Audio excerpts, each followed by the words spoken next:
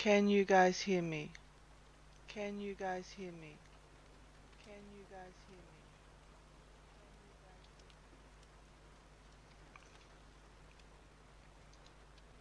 Hello?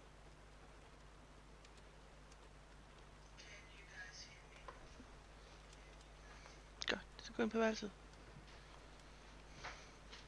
Yes. For some reason, my Streamlabs has auto mute on. I don't know why. Need to fix that.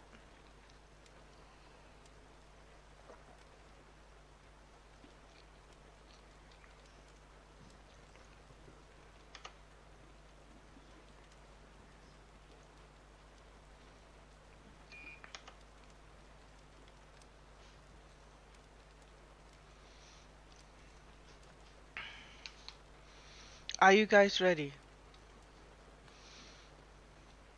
There's no maintenance today, so are you guys sure you want to hear the book?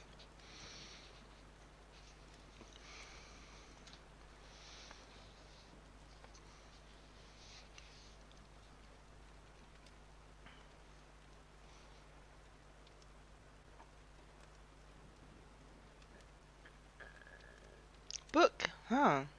Mm-hmm. Mm-hmm.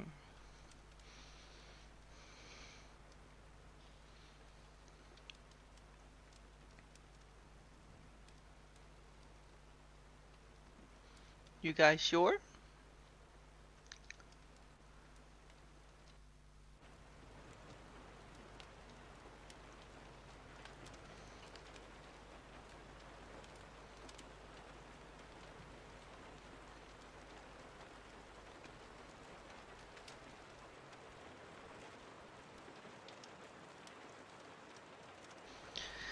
All right.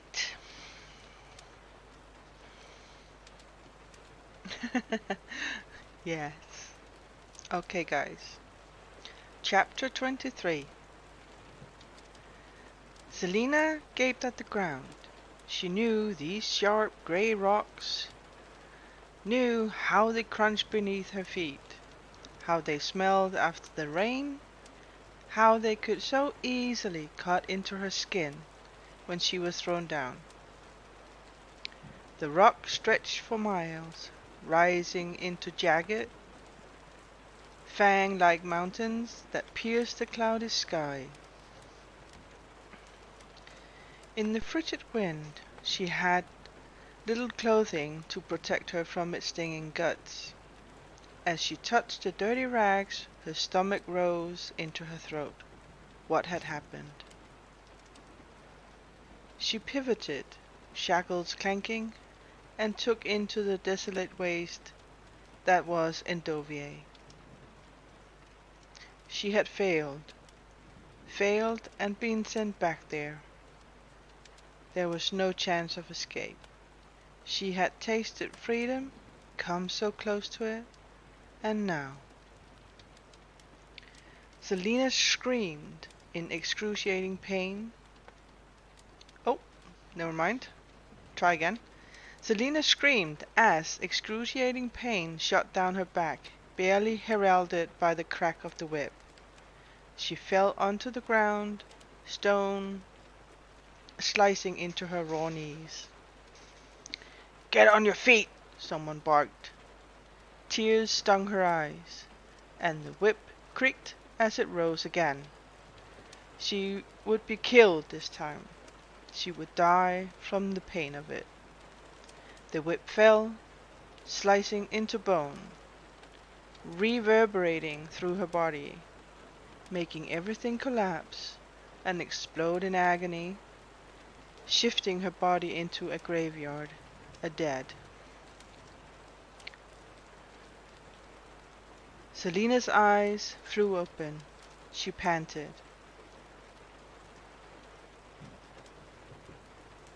"Are you—" someone said beside her, and she jerked. Where was she? "It was a dream," said Cale. She stared at him, then looked around the room, running a hand through her hair. Rifthold. Rifthold. That's where she was. In the glass castle. No, in the stone castle beneath. She was sweating, and the sweat on her back felt uncomfortably like blood. She felt dizzy, nauseated, too small and too large at all at once. Though her windows were shut, an odd draught from somewhere in her room kissed her face, smelling strangely of roses. Selina, it was a dream, the captain of the guard said again. You were screaming. He gave her a shaky smile. I thought you were being murdered. Selina reached around to touch her back, beneath her nightshirt. She could feel the 3 ridges, and some smaller ones, but nothing. Nothing. I was being whipped. She shook her head to remove the memory from her mind. What are you doing here, by the way? It's not even dawn. She crossed her arms, flushing slightly. It's Samhain. I'm canceling our training today, but I wanted to see if you plan to attend the service. Today's what? It's Samhain today? Why has no one mentioned it? Is there a feast tonight? Could she have become so enmeshed in the competition that she lost track of time? He frowned. Of course, but you're not invited. Of course. And will you be summoning the dead to you this haunting night of lightning and bonfire with your companions? I don't partake in such superstitious nonsense. Be careful, my cynical friend, she warned, putting a hand in the air. The gods and the dead are closest to the earth this day. They can hear every nasty comment you make. Hey, Wolfie! He rolled his eyes. It's a silly holiday to celebrate the coming of winter. The bonfires just produce ash to cover the fields, as an offering to the gods to keep them safe, as a way to fertilize them. Ah, Wolfie coming in with a hose. Thank you so much, dear.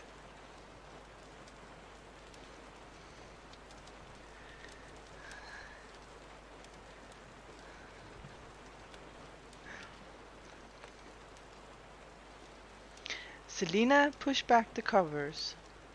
So says you, she said, as she stood.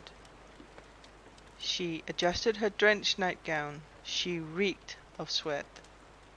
He snorted, following after her as she walked. I never took you for a superstitious person. How does that fit into your career? She glared at him over her shoulder before she strode into the bathing chamber. Kale close behind. She paused on the threshold. Are you going to join me? She said. And Kale stiffened, realizing his error. He slammed the door in response. Well, that could have been an interesting move, couldn't it? Him joining the bathing.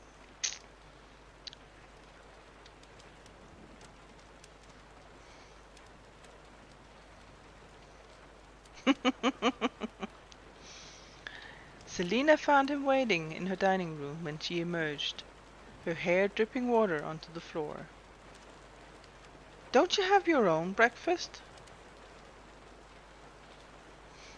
You still haven't given me an answer. Answer to what? She sat down across the table and spooned porridge into a bowl. All that was needed was no, 3 heaps of sugar and some hot cream and... Are you going to temple? I'm allowed to go to temple, but not to the feast? She took a spoonful of the porridge. Religious observance shouldn't be denied to anyone. And the feast is a show of debauchery. Ah, I see. She swallowed another bite. Oh, she loved porridge, but perhaps it needed another spoonful of sugar. Well, are you going? We need to leave soon if you are. No, she said through her food. For someone so superstitious, you risk angering the gods by not attending. I imagine that an assassin would take more interest in the Day of the Dead. She made a demented face as she continued eating. I worship in my own way. Perhaps I'll make a sacrifice or two of my own. He rose, patting his sword. Mind yourself while I'm gone. Don't bother dressing to elaborate. Rollo told me that you're still training this afternoon. You've got a test tomorrow. Again? Didn't we just have one 3 days ago? She moaned. The last test had been javelin throwing on horseback, and a spot on her wrist was still tender. But he said nothing more, and her chambers turned silent. Though she tried to forget it, the sound of the whip still snapped in her ears. Hey, Neutral! Welcome to the stream, sweetie.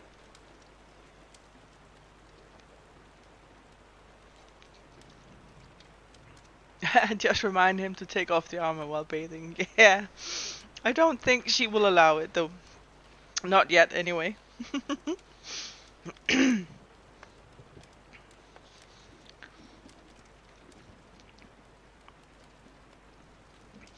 Grateful the service was finally over, Dorian Haviliard strode by himself through the castle grounds. Religion neither convinced nor moved him, and after hours of sitting in a pew, muttering prayer after prayer, he was in desperate need of some fresh air and solitude. He sighed through his clenched teeth, rubbing a spot on his temple, and headed through the garden. He passed a cluster of ladies, each of whom curtsied and giggled behind their fans. Dorian gave them a tear's nod as he strode by. His mother had used the ceremony as a chance to point out all the eligible ladies to him. He spent the entire service trying not to scream at the top of his lungs. Oh yeah, his mother wants him to get married, by the way, guys, for you that just tuned in. Dorian is the crown prince.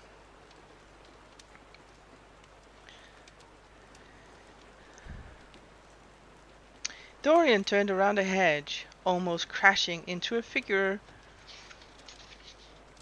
of blue-green velvet. It was the color of a mountain lake, that gem-like shade that didn't quite have a name. Not to mention, the dress was about 100 years out of fashion. His gaze rose to her face, and he smiled.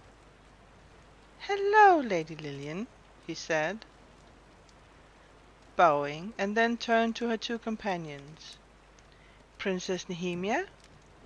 Captain Westfall?" Dorian eyed the assassin's dress again. The folds of fabric, like the flowing water of a river, were rather attractive. "You're looking festive." Selina's brow lowered. "The Lady Lillian's servants were attending the service when she dressed," said Kale. "Oh, never mind. I'm gonna make a deeper voice here. Sorry, guys." "The Lady Lillian's servants were attending the service when she dressed," said Kale. "There were nothing else to wear." "Of course." corsets required assistance to get in and out of, and the dresses were a labyrinth of the secret clasps and ties. "My apologies, my Lord Prince," Selina said. Her eyes was bright and angry, and the blush rose to her cheek. "I'm truly sorry my clothes don't suit your taste." "No, no," he said quickly, glancing at her feet. They were clad in red shoes, red like the winter berries beginning to pop out of the bushes. "You look very nice, just a bit out of place." "Centuries, actually." She gave him an exasperated look. He turned to Nehemia. "Forgive me," he said in his best ill way, which wasn't very impressive at all. "How are you?"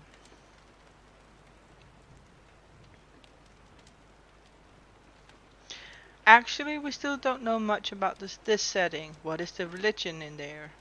What race living in there? Is there a lot of magic?" "Yes, I know, Jay, but we do know from previous chapters that she actually knows the magic. Do you remember the clearing they were having a break-in when they were gonna sleep? She knew what the trees would speak of and stuff like that."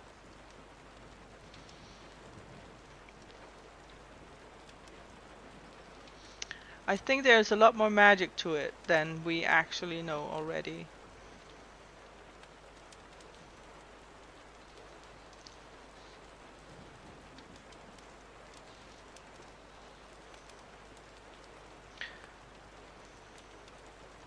Her eyes shone with amusement at his shoddy airway, but she nodded in acknowledgment. "I am well, your highness," she answered in his language. "Yep, as far as I know, she's a kind of elf." "Yeah, she is."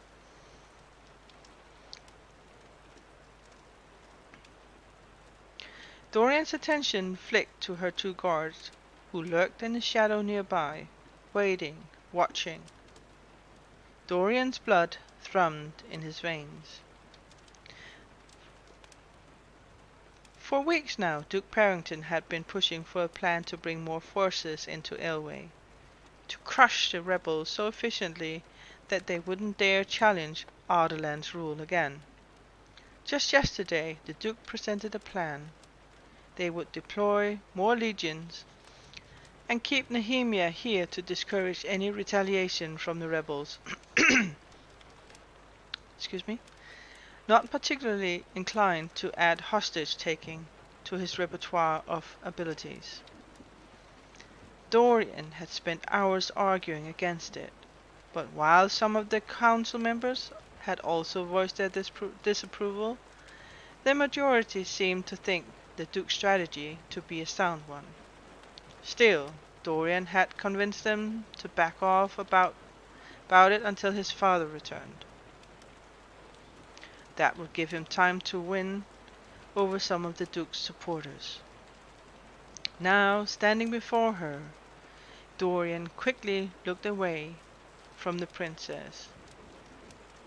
If he were anyone but the crown prince, he would warn her. But if Nehemia left before she was supposed to, the Duke would know who had told her, and inform his father.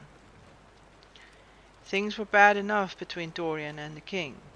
He didn't need to be branded as a rebel sympathizer. "Are you going to the feast tonight?"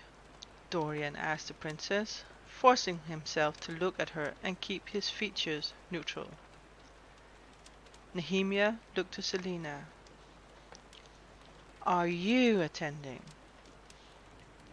Selina gave her a smile that only meant trouble. "Unfortunately, I have other plans. Isn't that right, your highness?" She didn't bother to hide the undercurrent of annoyance. Oh, she's cheeky. She's gonna take advantage of this, guys, isn't she?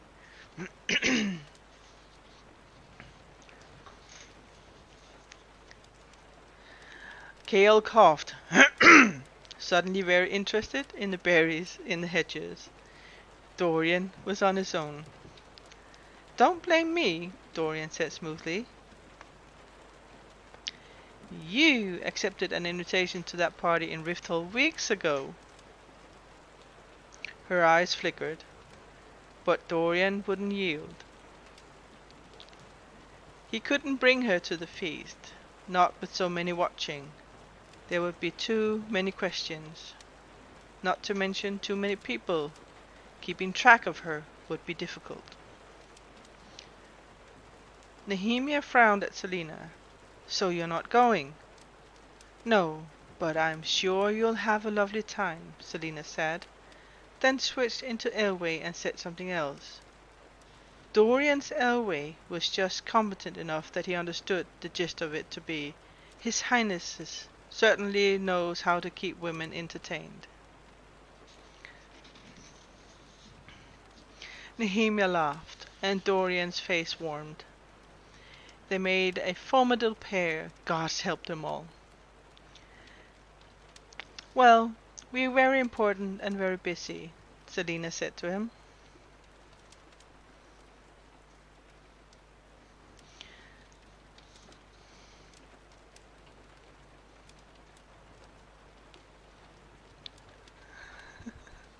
"We always have tough captain to take of care of cheeky girls."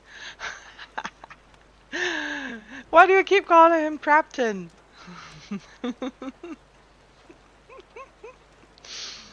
uh, where were we? We're very important and very busy," Selina said to him, linking elbows with the princess. Perhaps allowing them to be friends was a horrible, dangerous idea. "So we must be off. Good day to you, your highness." She curtsied, the red and blue gems in her belt sparkling in the sun. She looked over her shoulder, giving Dorian a sneer as she led the princess deeper into the garden. Dorian glared at Kale. "Thanks for your help."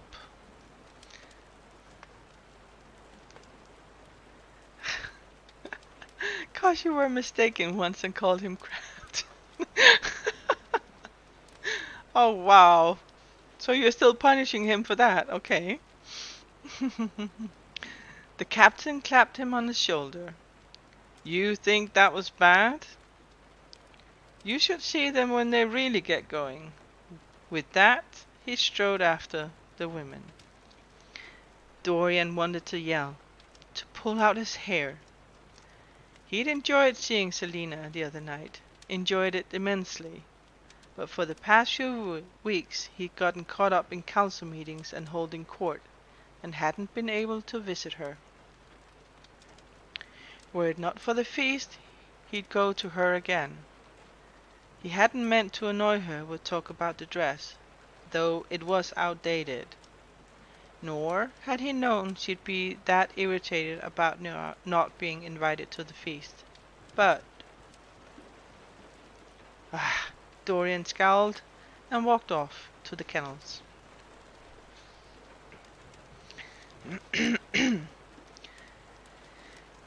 Selina smiled to herself, running a finger across a neatly trimmed hedge. She thought the dress was lovely, festive indeed. "No, no, your highness," Kale was saying to Nehemia, slow enough that she could understand. "I'm not a soldier. I'm a guard." "There's no difference," the princess retorted, her accent thick and a bit unwieldy. Still, Kale understood enough to bristle, and Selina could hardly contain her glee. She managed to see Nehemia a fair amount over the past 2 weeks, mostly just for brief walks and dinners, where they discussed what it was like for Nehemia to grow up in Elway, what she thought of Rifthold, and who at court had managed to annoy the princess that day, which, to Selina's delight, was usually everyone. "I'm not trained to fight in battles," Kael replied through his teeth. "You kill on the orders of your king. Your king." Nehemia might not be fully versed in their language, but she was smart enough to know the power of saying those two words. Your king. Not hers. While Selina could listen to Nehemia rant about the king of Ardalan for hours, they were in the garden. Other people might be listening. A shudder went through Selina, and she interrupted before Nehemia could say more. "I think it's useless arguing with her, Kael," Selina said, nudging the captain of the guard with her elbow. "Perhaps you shouldn't have given Terran your title. Can you reclaim it? It prevents a lot of confusion." "How did you remember my brother's name?" She shrugged, not quite understanding the gleam in his eye. "You told me. Why wouldn't I remember it?" He looked handsome today. It was in the way his hair met his golden skin, in the tiny gaps between the strands, in the way it fell across his brow.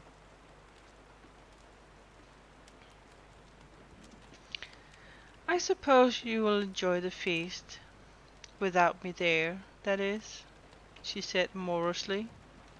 He snorted. "Are you that upset about missing it?"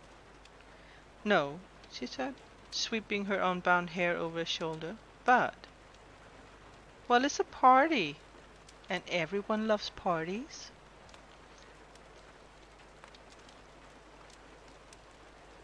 "Shall I bring you a trinket from the revelry?" "Only if it consists of a sizable portion of roast lamb." The air was bright and clear round them. "The feast isn't that exciting," he offered. "It's the same as any supper.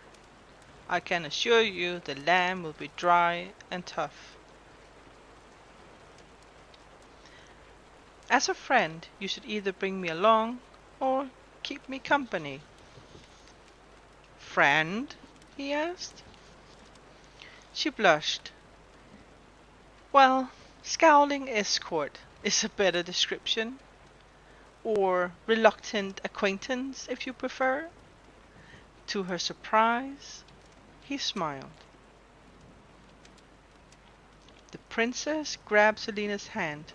"You'll teach me," she said in a way. "Teach me how to better speak your language, and teach me how to write and read it better than I do now, so I don't have to suffer through horrible boring old men they call tutors." "I?" Selina began in the common tongue and winced. She felt guilty for leaving Nehemia out of the conversation for so long, and having the princess be fluent in both languages would be great fun. But convincing Kael to let her see Nehemia was always a hassle, because he insisted on being there to keep watch. He'd never agreed to sitting through lessons. I don't know how to properly teach you my language." Selina lied. "Nonsense," Nehemia said. "You'll teach me. After whatever it is you do with this one. For an hour every day before supper." Nehemia raised her chin in a way that suggested saying no wasn't an option. Selina swallowed and did her best to look pleasant as she turned to Kael, who observed them with raised brows. "She wishes me to tutor her every day before supper." "I'm afraid that's not possible," he said. she translated. Nehemia gave him the withering stare that usually made people start sweating. Why not? She fell into Elway. She's smarter than most of the people in this castle. Kale thankfully caught the general gist of it. I don't think that. Am I not the Princess of Elway? Nehemia interrupted in the common tongue. Your Highness, Kale began, but Selina silenced him with a wave of her hand. They were approaching the clock tower, black and menacing as always. But kneeling before it was Cain. His head bent, he focused on something on the ground. At the sound of their footsteps, Cain's head shot up. He grinned broadly and stood. His hands were covered in dirt, but before Selina could better observe him, or his strange behavior, he nodded to Kale and stalked away behind the tower. Nasty brute, Selina breathed, still staring in the direction of which he disappeared. Who is he? Nehemia asked in Elway.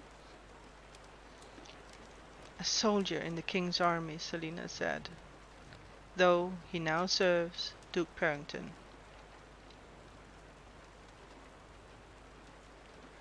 Nehemia looked after Cain, and her dark eyes narrowed. Something about him makes me want to beat in his face. Selina laughed. I'm glad I'm not the only one.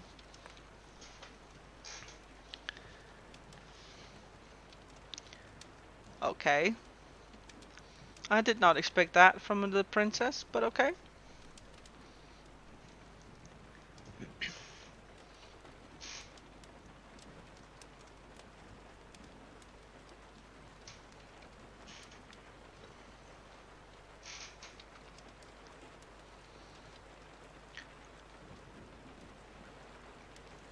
Kale said nothing as he began walking again.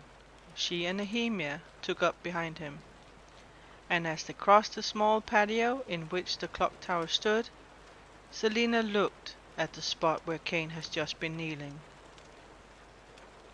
He dug out the dirt, packed into the hollows of the strange mark in the flagstone, making the mark clearer. What do you think this is? She asked the princess, pointing at the mark etched into the tile. And why had Cain been cleaning it? A weird mark, the princess replied, giving it a name in Selina's own language.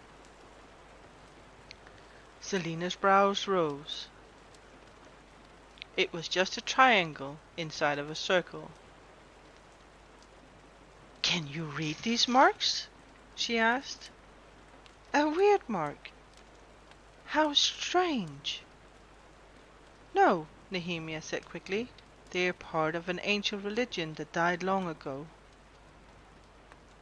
What religion? Selina asked. Look, there's another. She pointed at another mark a few feet away. It was a vertical line with an inverted peak stretched upward from its middle. You should leave it alone, Nehemia said sharply, and Selina blinked. Such things were forgotten for a reason. What are you talking about?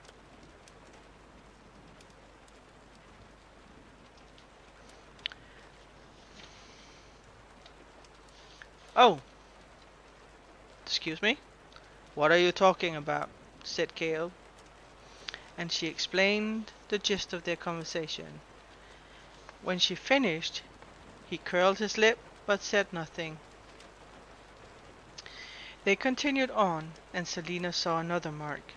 It was a strange shape, a small diamond with two inverted points protruding from either side. The top and bottom peaks of the diamond were elongated into a straight line, and it seemed to be symmetrically perfect. Had the king had them carved when he built the clock tower, or did they predate it?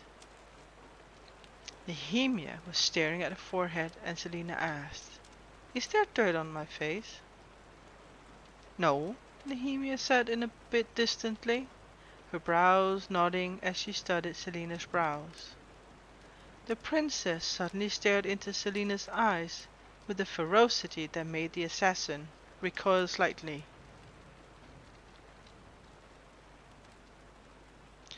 "You know nothing about the weird marks?" The clock tower chimed. "No," Selina said. "I don't know anything about them." "You're hiding something," the princess said softly in airway, though it was not an accusation. "You are much more than you seem, Lillian." I, well, I should hope I'm more than just some simpering courtier," she said with much bravado as she could muster. She grinned broadly, hoping Nehemia would stop looking so strange, and stop staring at her brow. "Can you teach me how to speak Airway properly?" "If you can teach me more of your ridiculous language," she said, though some caution still lingered in her eyes. What had Nehemia seen that caused her to act this way? "It's a deal," Selina said with a weak smile. "Just don't tell him. Captain Westfall leaves me alone in the mid-afternoon. The hour before supper is perfect." "Then I shall come tomorrow at 5, Nehemia said. The princess smiled and began to walk once more, a spark appearing in her black eyes. Selina could only follow after her. I wonder what the princess is up to. You guys have any idea?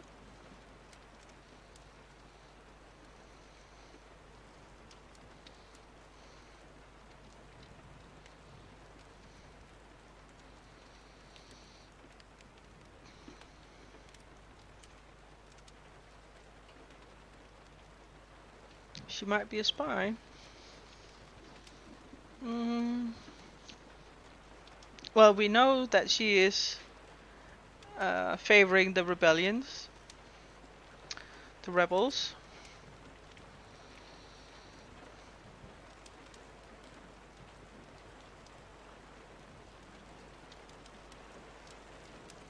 Or try to kill the king. Maybe. But she was asking Selina about the tiles. The weird marks.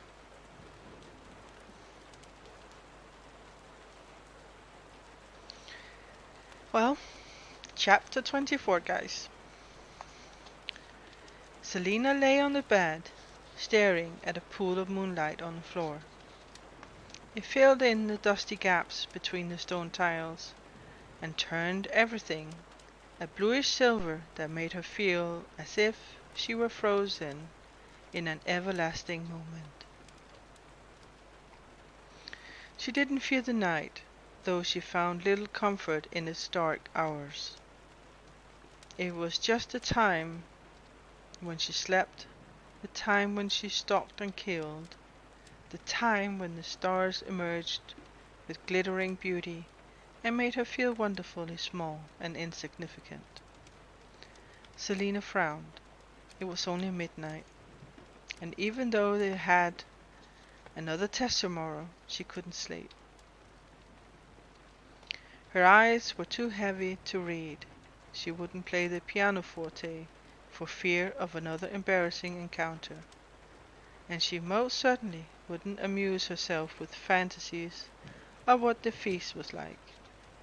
She was still wearing her emerald blue gown, too lazy to change.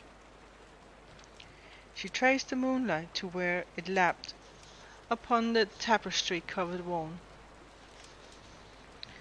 The tapestry were odd, old, and not very carefully preserved.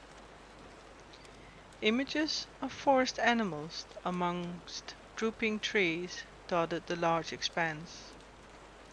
A woman, the only human in the tapestry, stood near the floor. She was life-size and re- oh my god, the English words! Remarkably beautiful. Though she had silver hair, her face was young, and her flowing white gown seemed to move in the moonlight. It... Selina sat up in bed. Did the tapestry sway slightly? She glanced at the window. It was firmly shut. The tapestry was barely blowing outward, not to the side. Could it be?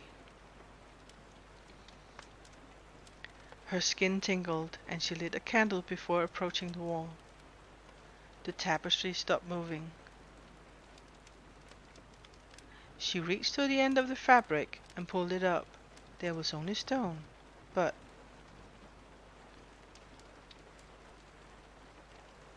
Selina pushed back the heavy folds of the work and touched it behind a chest to keep it aloft. A vertical groove ran down the face of the wall, different from the rest, and then another one. Not 3 feet from it. They emerged from the floor, and just above Selina's head, they met in a... It's a door! Selina leaned her shoulder into the slab of the stone. It gave a little, and her heart jumped. She pushed again, the candle flickering in her hand. The door groaned as it moved slightly. Grunting, she shoved, and finally it swung open. A dark passage loomed before her. Yeah, a hidden door. A breeze blew into the black depths, pulling the strands of her hair past her face. A shiver ran down her spine. Why was the wind going inward, especially when it had blown the tapestry out? She looked back at the bed, which was littered with books she wasn't going to read tonight. She took a step into the passage. The light of the candle revealed that it was made of stone and thickly coated in dust. She stepped back into her room. If she were to go exploring, she needed proper provisions. It was a pity she didn't have a sword or a dagger. Selina put her candle down. She also needed a torch, or at least some extra candlesticks. While she might be used to darkness, she wasn't foolish enough to trust it.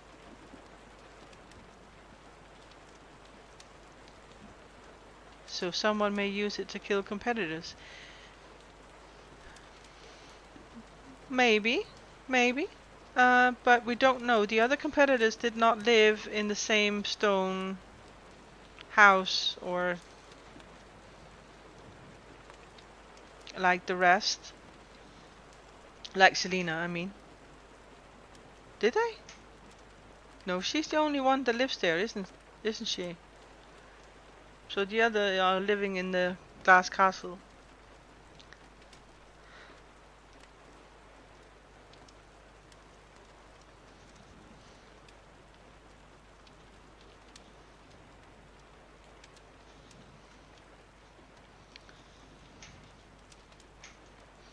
Moving through her room, trembling with excitement, Selina gathered 2 balls of yarn from Philippa's sewing basket, along with 3 sticks of chalk and one of her makeshift knives. She tucked 3 extra candlesticks into the pockets of her cape, which she wrapped tightly around herself. Again she stood before the dark passage. It was terribly dark, and it seemed to be beckoning to her. The breeze blew into the passage again.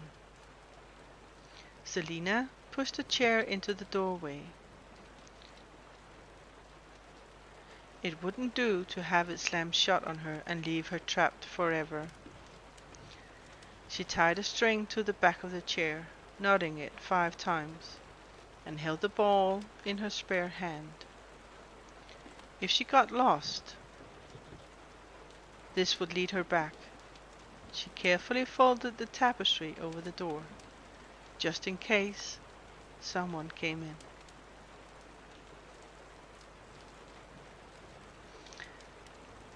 Oh my god, assassins who doesn't use tactical advantage of darkness.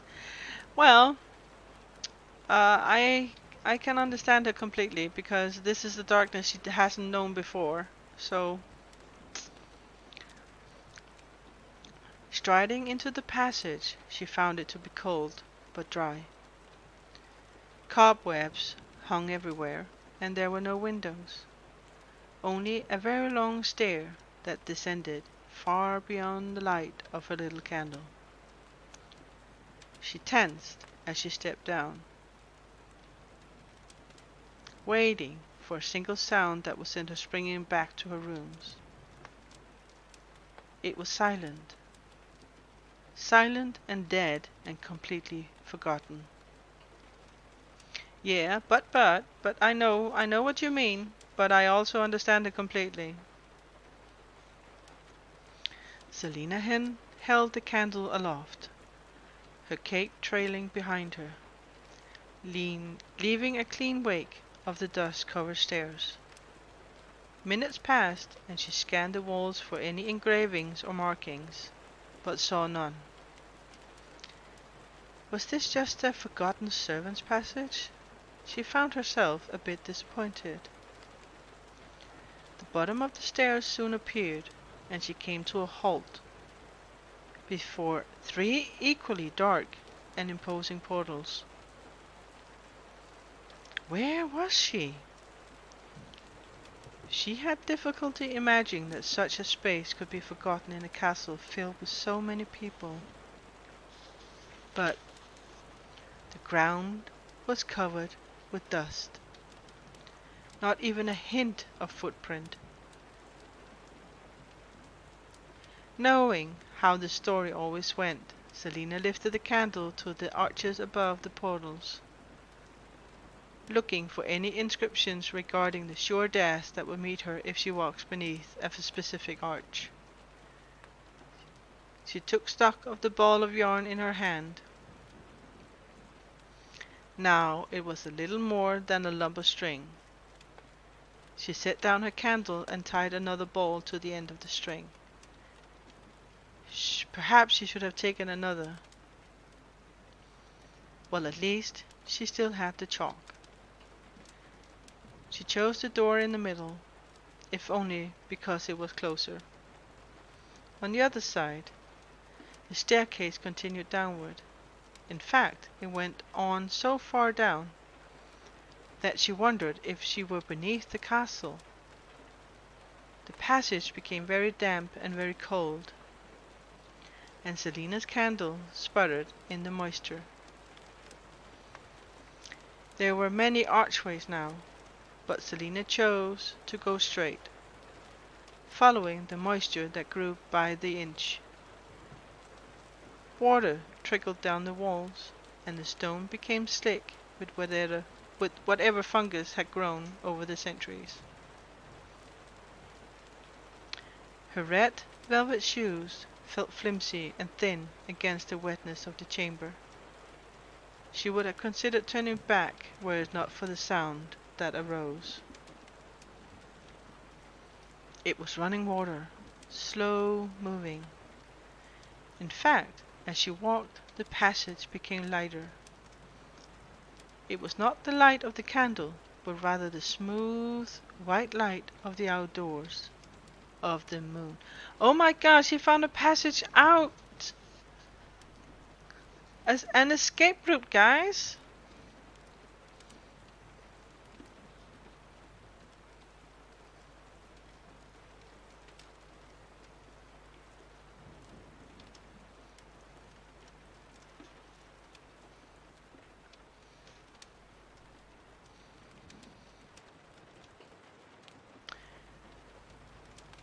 Her yarn ran out, and she left it on the ground. There were no more turns to mark. She knew what this was. Rather, she didn't dare to hope that it was actually what she believed it to be. She hurried along, slipping twice, her heart pounding so loudly that she thought her ears would break. An archway appeared, and beyond it, Selina stared at the sewer that ran past, flowing straight out of the castle. It smelled unpleasant, to say the least. She stood along the side, examining the open gate that led to a wide stream that undoubtedly emptied into the sea of the Avery. There were no guards, no locks, save for the iron fence that hovered over the surface, raised just enough to allow trash to pass through. 4 little boats were tied to either bank, and there were several other doors, some wooden, some iron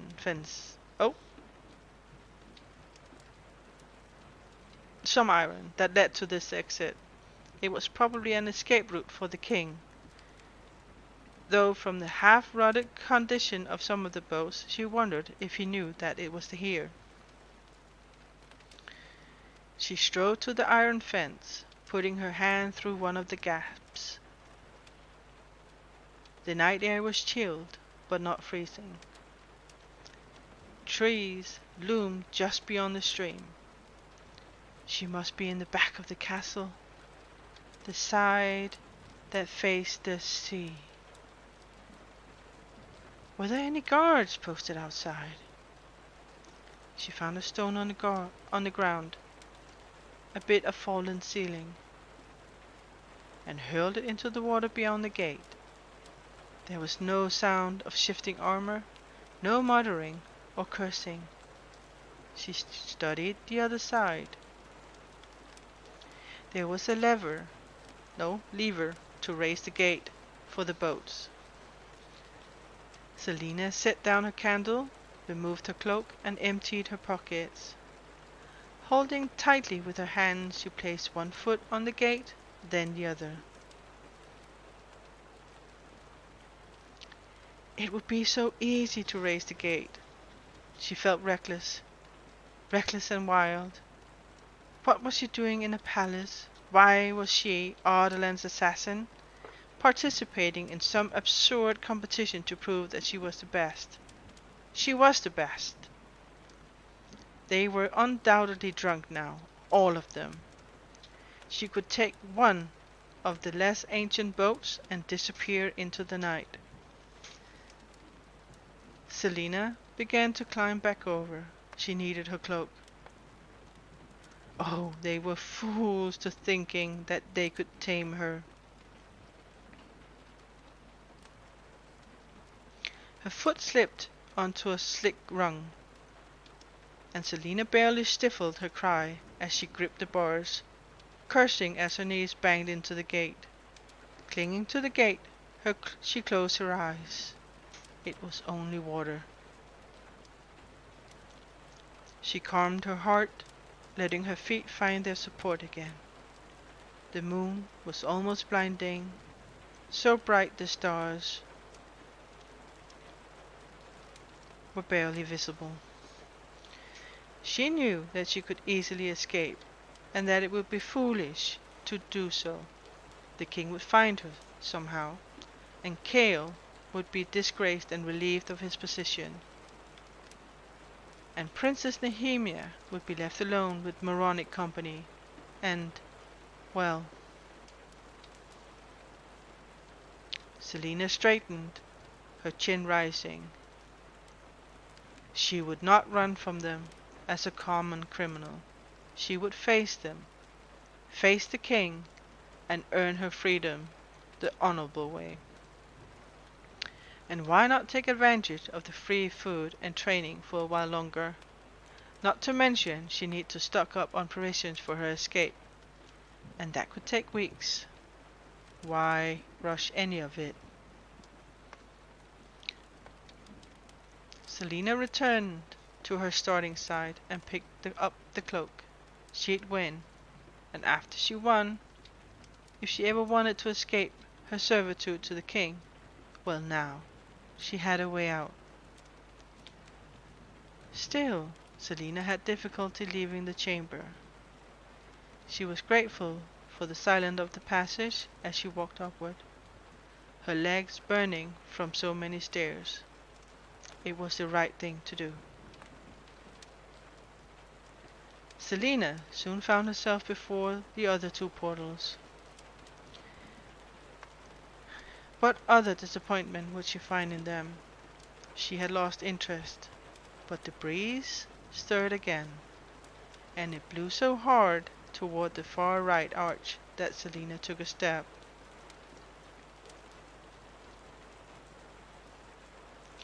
The hair on her arms rose as she watched the flame of her candle bend forward, pointing to a darkness that seemed blacker than all the rest.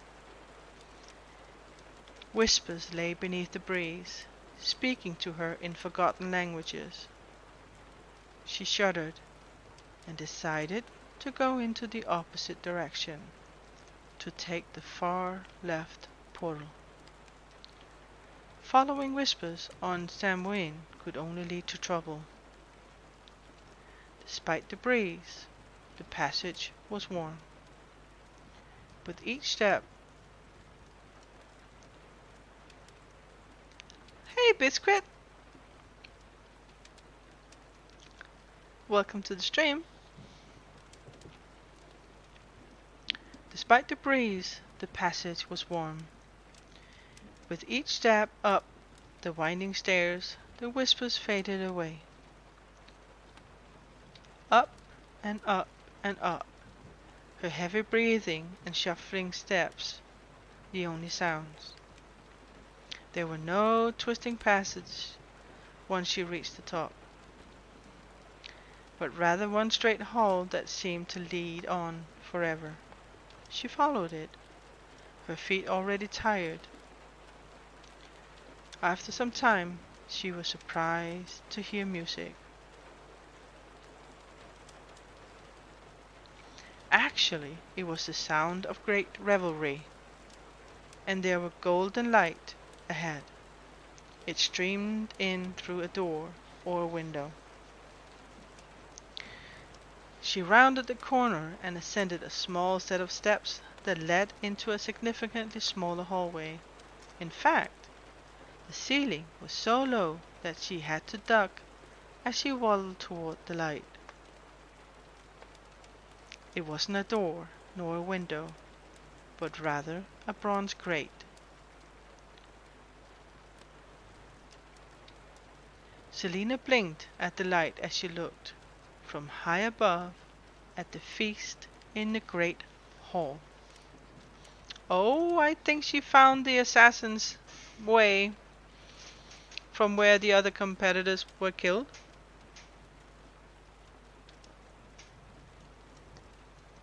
With all those archways, maybe? Were these tunnels for spying? She frowned at what she saw. Over 100 people eating, singing, dancing. There was Kale sitting beside some old man, talking and laughing. His happiness made her own face flush in response.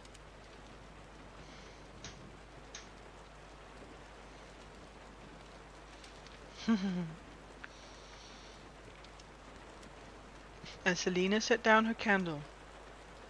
She peered at the other end of the massive hall. There were a few other grates just below the ceiling, though she could see no other squinting eyes beyond their ornate metalwork. Selina shifted her gaze to the dancers.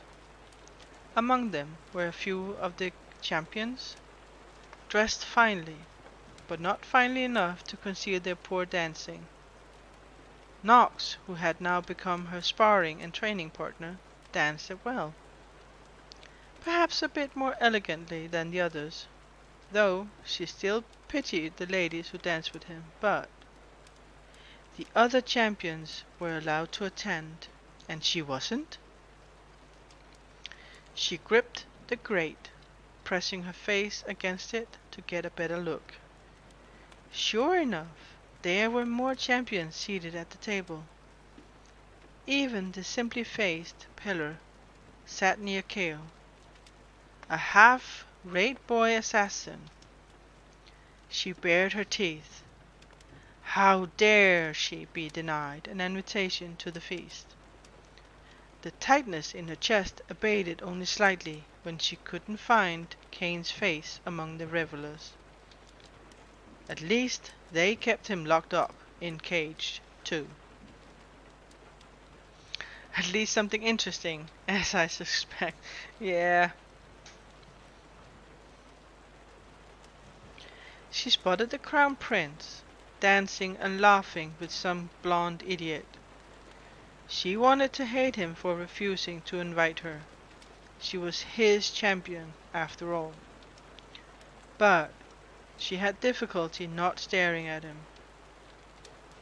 She had no desire to talk to him, but rather just to look at him, to see the unusual grace and the kindness in his eyes that had made her tell him about Sam.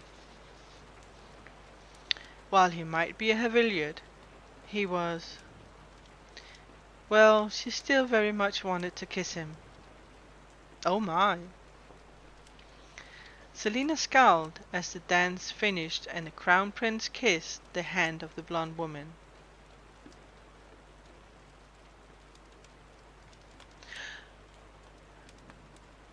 Is this from something, or is this something you wrote yourself?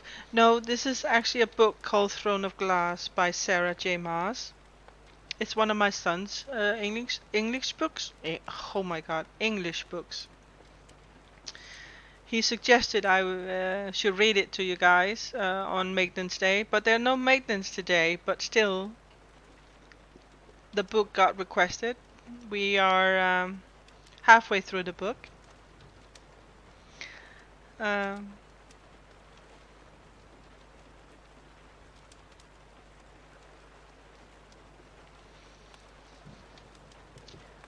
and yeah, we are getting to some quite interesting things now in this book. And no, I am not skilled enough to write a book.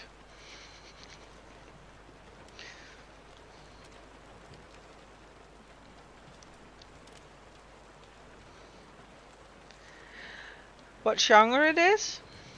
Well, it is a fantasy, a fantasy one.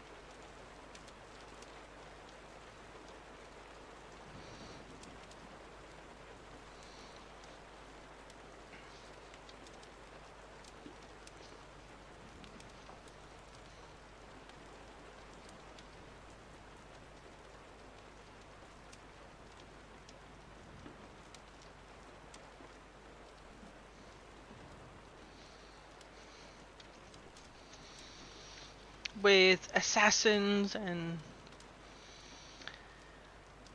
magic, forgotten magic, and prince and princesses.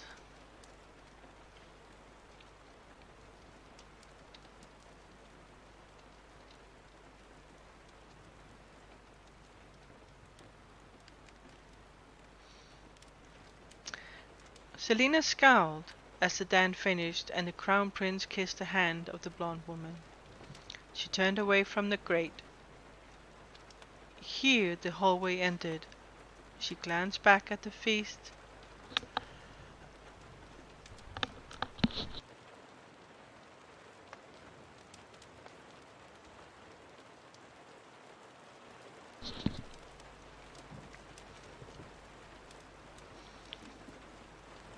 Only to see Kale. Ah, sorry, I had to cough, so I had to mute myself.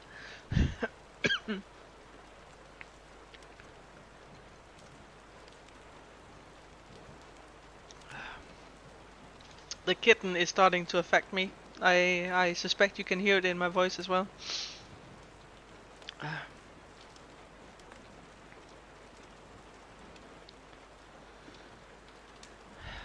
She glanced back at the feast, only to see Kale stand from the table and begin weaving his hand his oh, weaving his way out of the great hall. What if he came to her rooms and found her missing? Hadn't he promised to bring her something from the feast? Groaning at the thought of all the stairs she now had to climb, she picked up a candle and yarn and hurried toward the comfort of higher ceilings, rolling up the string as she went. Down and down she ran, taking the steps two by two. She burst past the portals and darted up the stairs to her room, the small light growing with each bound. Kale would throw her in the dungeons if he found her in some secret passageway, especially if the passageway led out of the castle. She was sweating when she reached her chambers. She kicked the chair away, swung the stone door shut, pulled the tapestry over it, and flung herself on the bed. After hours of enjoying himself at the feast, Dorian entered Selina's rooms, not sure what exactly he was doing in the chambers of an assassin, at 2 in the morning. His head spun from the wine, and he was so tired from all the dancing that he was fairly certain that if he sat down he'd fall asleep.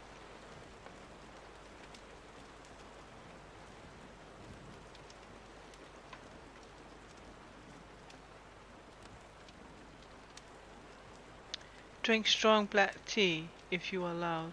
2 teaspoons of sugar. It helps your voice if you need to speak a lot. I will do that next time, dear.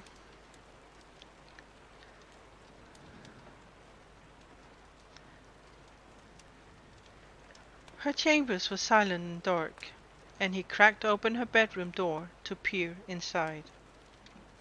Though she was asleep on the bed, she still wore that strange dress.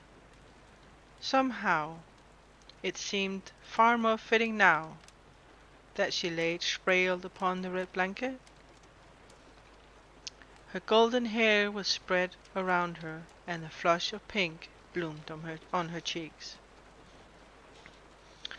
A book lay by her side, open and still waiting for her to turn the page. He remained in the doorway, fearful that she'd wake up if he took another step. Some assassin. She hadn't even bothered to stir. But there was nothing of the assassin in her face. Not a trace of aggression or bloodlust lay across her features. He knew her somehow, and he knew she wouldn't harm him. It made little sense.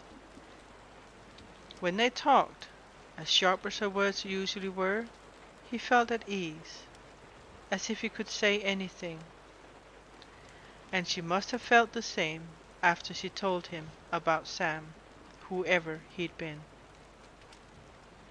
So here he was, in the middle of the night. She flirted with him, but was it real? A footstep sounded, and he found Kale standing across the foyer. The captain stalked over to Dorian and grabbed him by the arm. Dorian knew better than to struggle as his friend dragged him through the foyer, and stopped in front of the door to the hall. "What are you doing here?" Kale hissed. "What are you doing here?" Dorian countered, trying to keep his voice quiet. It was the better question, too.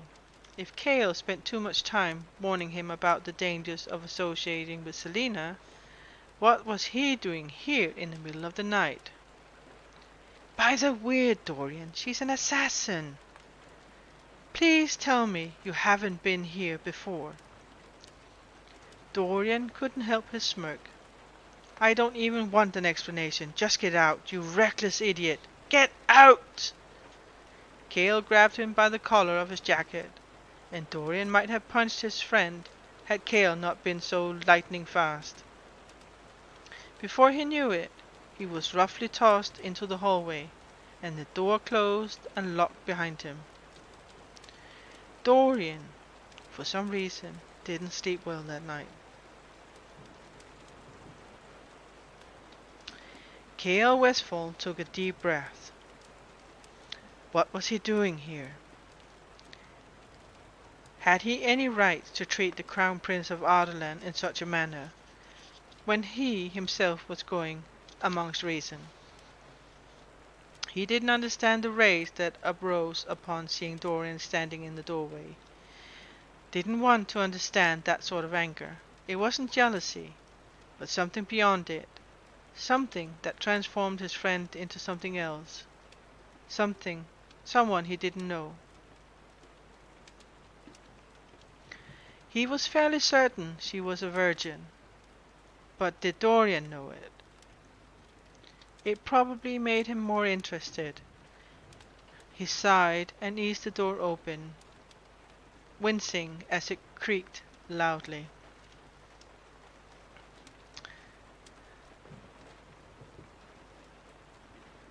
David Eddings and Jim Butcher have some really good fantasy series. Oh, thank you. I will take a look at that. Actually, I'm going to put up a poll once we are getting closer to ending this book of what you guys want to hear next.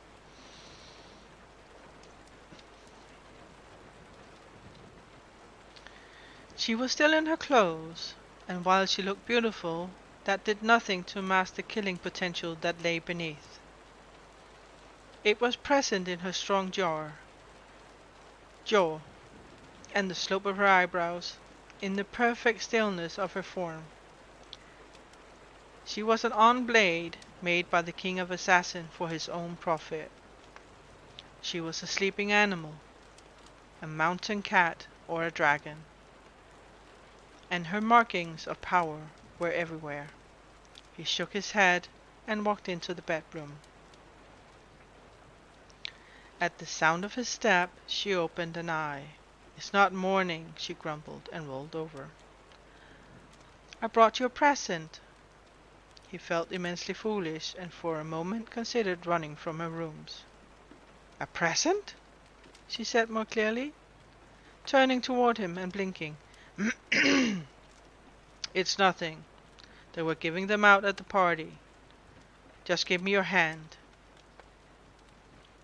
It was a lie, sort of. They have given them to the women of the nobility as favors, and he'd snagged one from the basket as it was passed around. Most of the women would never wear them. They would be tossed aside or given to a favorite servant. "Let me see it." She lazily extended an arm. He fished in his pockets and pulled out the gift. "Here." He placed it in her palm. She examined it, smiling drowsily. "A ring?" She put it on. "How pretty!" It was simple, crafted of silver.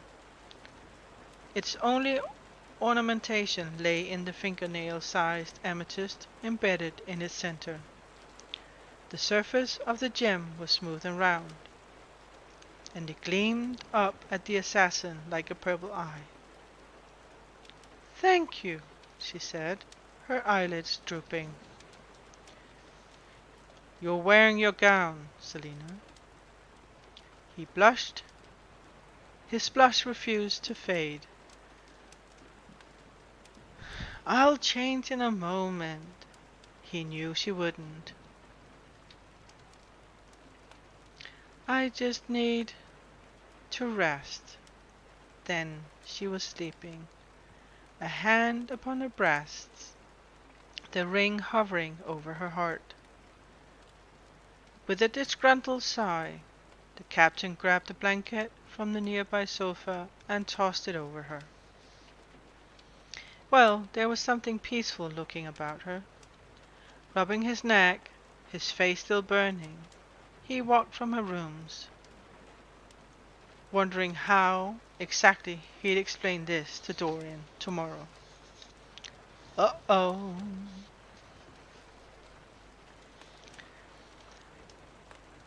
Chapter 25. Selina dreamt she was walking down the long, secret passage again. She didn't have a candle, nor did she have a string to lead her. She chose the portal on the right, for the other two were dank and unwelcoming, and this one seemed to be warm and pleasant. And the smell. It wasn't the smell of mildew, but of roses. The passage twisted and wound, and Selina found herself descending a narrow set of stairs. For some reason she couldn't name, she avoided brushing against the stone. The staircase swooped down, winding on, and she followed the rose scent whenever another door or arch appeared. Just when she grew tired of so much walking, she reached the bottom of a set of stairs and stopped. She stood before an old wooden door. A bronze knocker in the form of a skull hung in its center. It seemed to be smiling. She waited for that terrible breeze, or to hear someone cry, or for it to become cold and damp. But it was still warm, and it still smelled lovely, and so Selina, with a bit of mustered courage, turned the handle. Without a sound, the door swung open.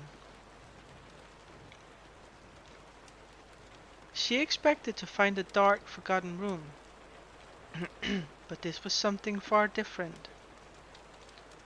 A shaft of moonlight shot through a small hole in the ceiling, falling upon the face of a beautiful marble statue lying upon a stone slab. No, not a statue. A sarcophagus. It was a tomb. Trees were carved into the stone ceiling, and they stretched above the sleeping female figure. A second sarcophagus had been placed beside the woman, depicting a man. Why was the woman's face bathed in the moonlight and the man's in darkness? He was handsome, his beard clipped and short, his brow broad and clear, and his nose straight and sturdy.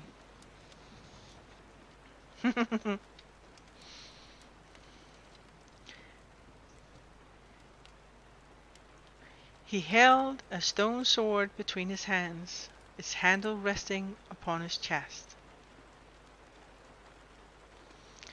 Her breath was sucked from her. A crown sat upon his head. The woman too wore a crown. It wasn't a tacky, enormous thing, but rather a slender peak with a blue gem embedded in the center. The only jewel in the statue. Her hair, long and wavy, spilled around her head and tumbled over the side of the lid. So lifelike that Selina could have sworn it was real. The moonlight fell upon her face, and Selina's hand trembled as she reached out and touched the smooth, youthful cheek. Ancestral tomb, is it? Well, it could be. It could be.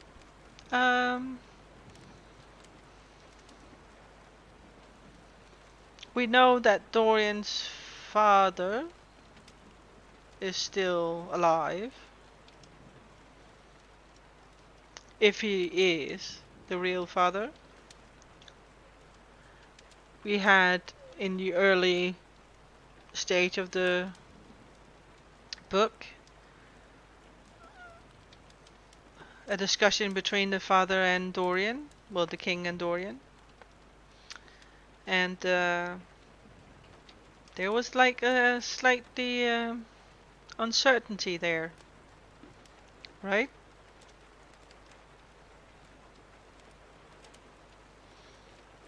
Or this castle has previous owners. It could be, could be.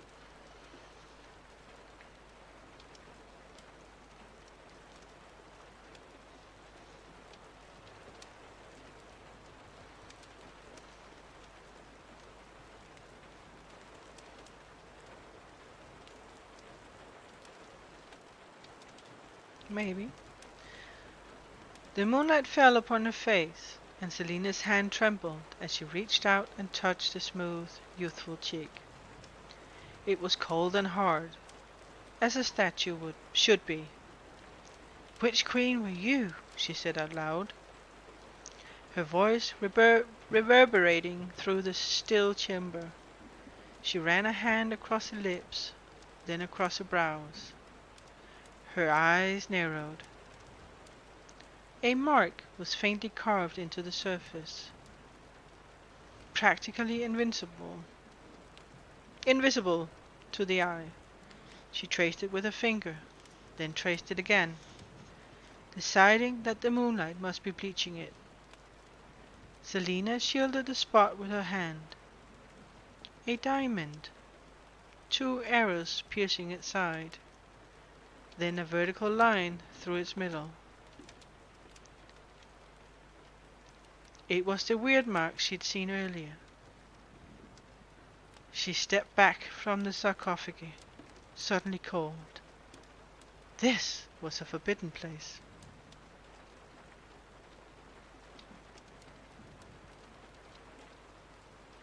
She tripped on something, and as she staggered, she noticed the floor. Her mouth fell open.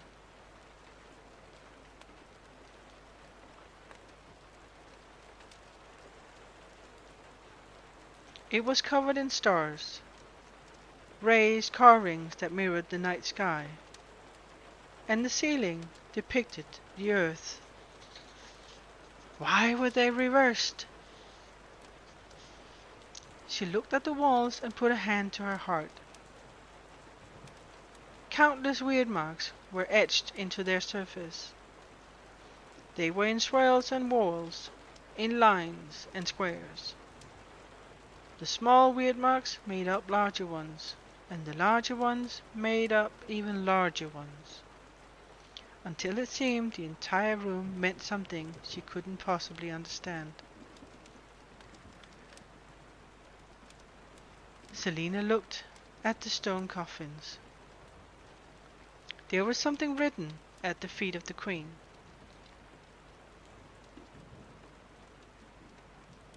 Selina inched toward the female figure.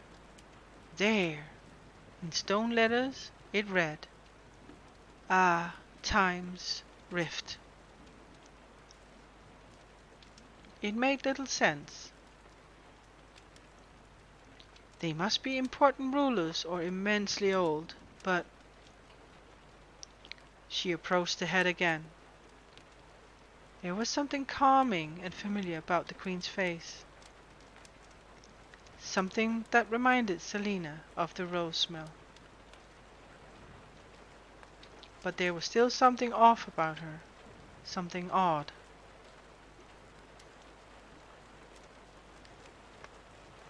Selina almost cried aloud as she saw them. The pointed, arched ears.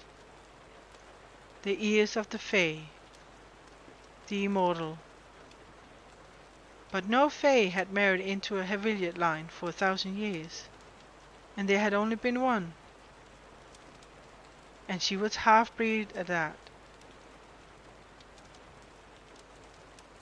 If this was true, if she was Fae or half-Fae, then she was...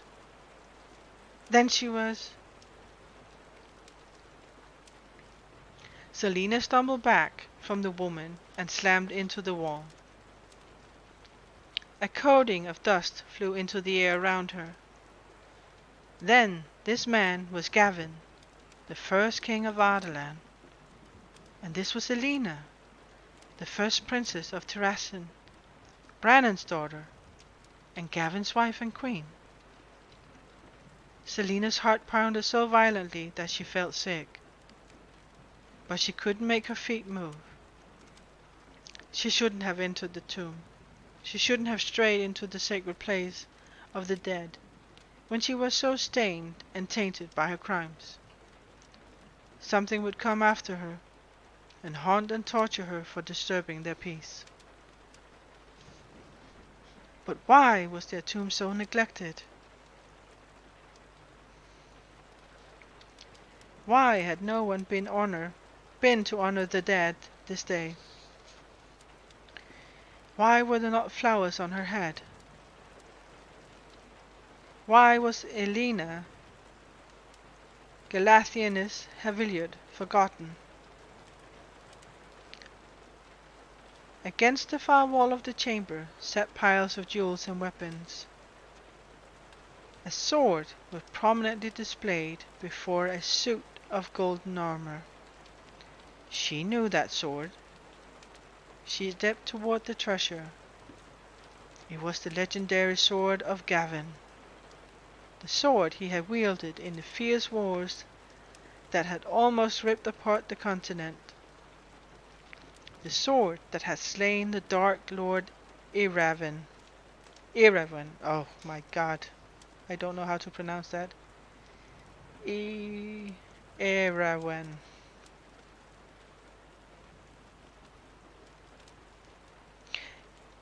Yes, this series has Fae.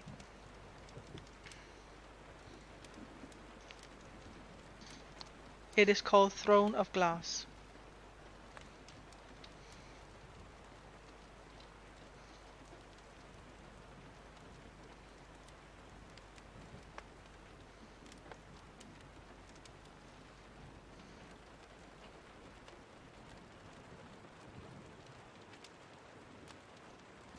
Even after 1,000 years, it hadn't rusted.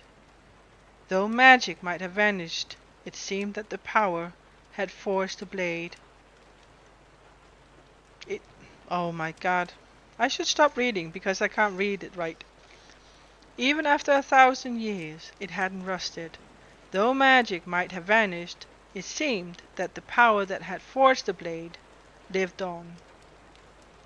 Damaris, she whispered, naming the blade.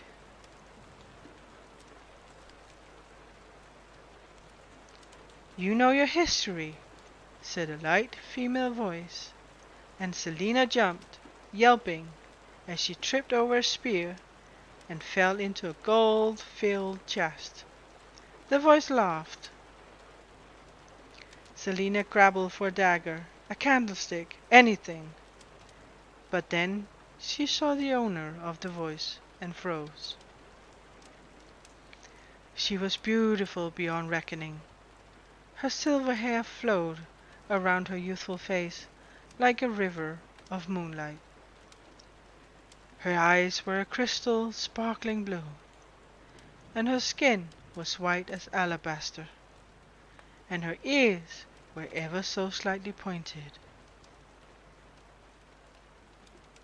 "Who are you?" the assassin breathed, knowing the answer but wanting to hear it. "You know who I am," Elena Haviliod said. Her likeness had been perfectly rendered on the sarcophagus. Selina didn't move from where she had fallen into the chest, despite her throbbing spine and legs. "Are you a ghost?" "Not quite," said Queen Elena, helping Selina rise from the chest. Her hand was cold, but solid. "I'm not alive, but my spirit doesn't haunt this place."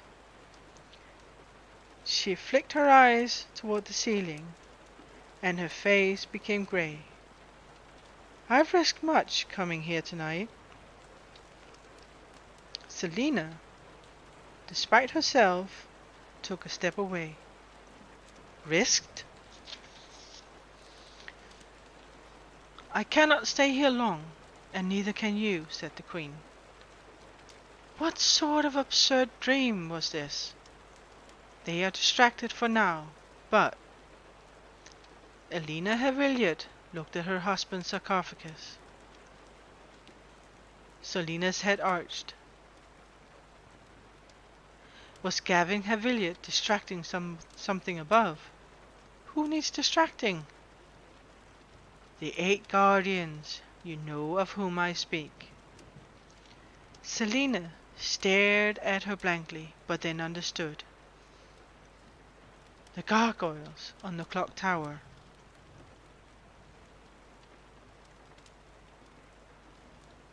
The queen nodded.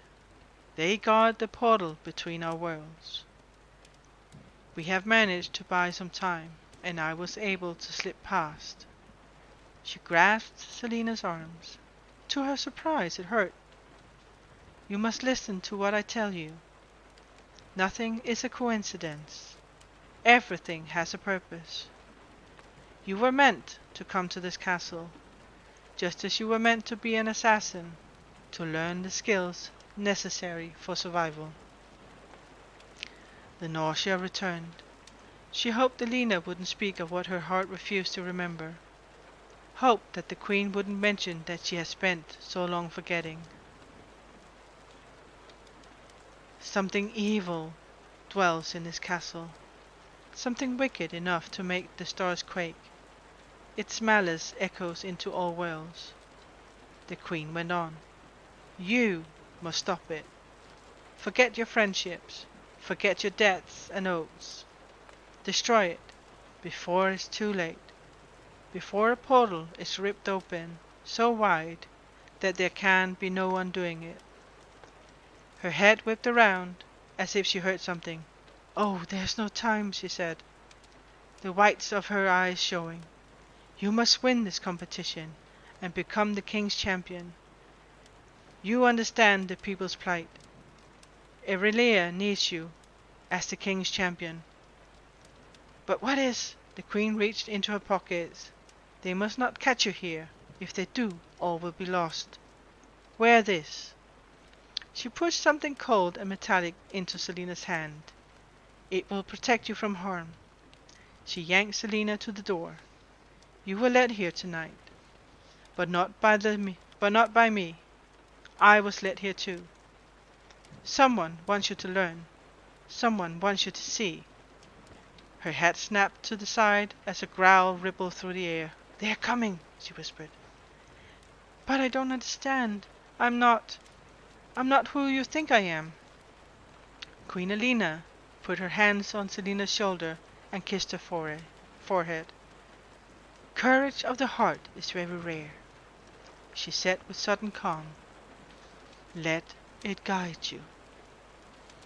A distinct howl shook the walls and made Selina's blood icy. Go, said the queen, shoving Selina into the hallway. Run! Needing no more encouragement, Selina staggered up the stairs. She fled so fast she had little idea of where she was going. There was a scream below, a snarling, and Selina's stomach rose in her throat as she hurled herself upward. The light of her chamber appeared, and as it neared, she heard a faint voice cry from behind her, almost in sudden realization and anger. Selina hurled into the room and saw only her bed before everything went dark. Oh my god, guys!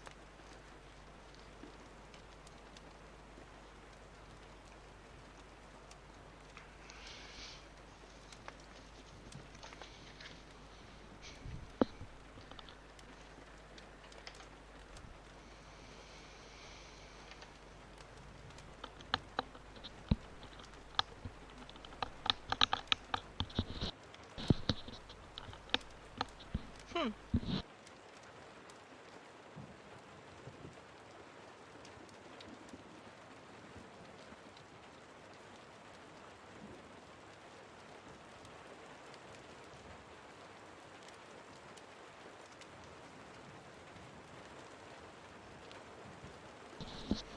So what do you guys think so far?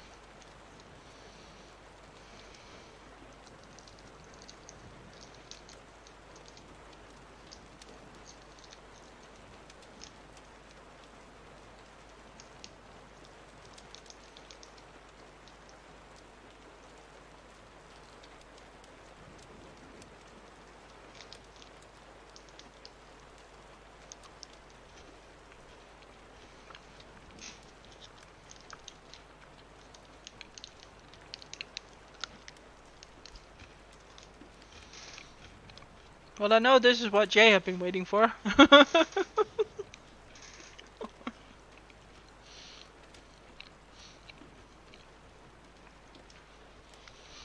Well, to my surprise, I actually find this book very entertaining.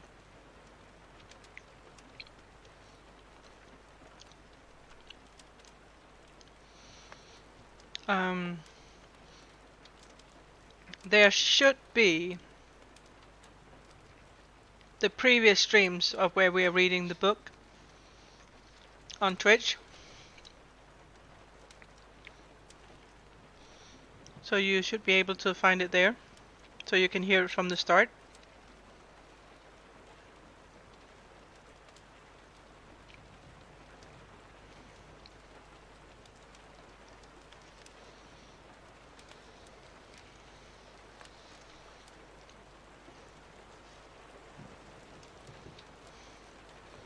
Selena's eyes opened. She was breathing hard and still wearing her gown. But she was safe, safe in her room. Why was she so prone to strange, unpleasant dreams? And why was she out of breath? Find and destroy the evil lurking in the castle indeed. Selena turned on her side, and would have gladly fallen asleep again, were it not for the metal that cut into her palm. Please tell me this is Kael's ring. But she knew.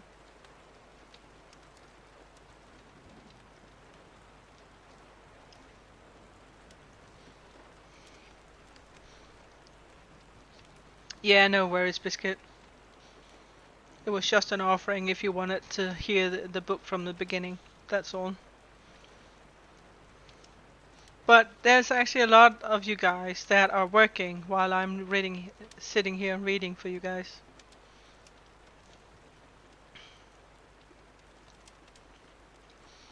But she knew it wasn't. In her hand lay a coin-sized gold amulet on a delicate chain. She fought against the urge to scream. Made of intricate bands of metal, within the round border of the amulet lay two overlapping circles, one on top of each other. In the space that they shared was a small blue gem that gave the center of the amulet the appearance of an eye. A line ran straight through the entire thing. It was beautiful and strange and...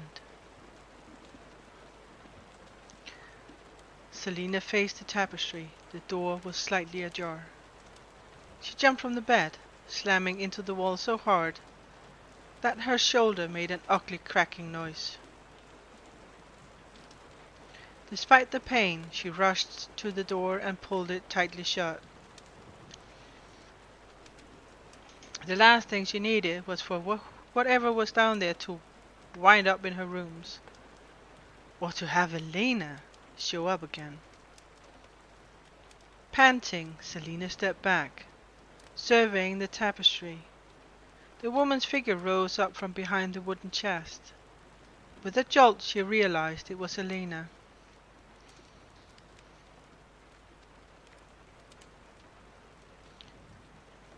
I appreciate the suggestion, it's just that I don't have access to internet while I work, so I need to download things beforehand. Yeah, no worries, sweetie. No worries. She stood there, just where the door was. A clever marker. Selena threw more logs onto the fire, quickly changed into her nightgown, and slid into bed, clutching her makeshift knife. The amulet lay where she had left it. It will protect you. Selina glanced at the door again. No screams, no howls. Nothing to indicate what had just happened. Still, Selina cursed herself for it, but hastily attached the chain around her neck. It was light and warm. Pulling the covers up to her chin, she squeezed her eyes shut, waiting for sleep to come, or for a clawed hand to snatch at her, to decapitate her. If it hadn't been a dream, if it hadn't just been some hallucination. Selina clutched the necklace. Become the king's champion. She could do that. She was going to do that. Anyway. But where were Elena's motives? Irelia needed the king's champion to be someone who understood the suffering of the masses. That seemed simple enough. But why did Elena have to be the one to tell her that? And how did it tie to her first command? To find and destroy the evil lurking in the castle. Selina took a steadying breath, nestling farther into her pillows. What a fool she was for opening the secret door on Shamwin. Had she somehow brought all of this upon herself then? She opened her eyes, watching the tapestry. Something evil dwells in this castle. Destroy it. Didn't she have enough to worry about right now? She was going to fulfill Elena's second command, but the first, that might lead her into trouble. It wasn't like she could go poking about the castle whenever and wherever she pleased either. But if there was a threat like that, then not only her life was at risk. And while she'd be more happy if some dark force somehow destroyed Cain, Parrington, the king, and Caltaine Rompier, if Nehemia, or even Cale and Dorian were someone... Wait, what? I'm sorry, guys.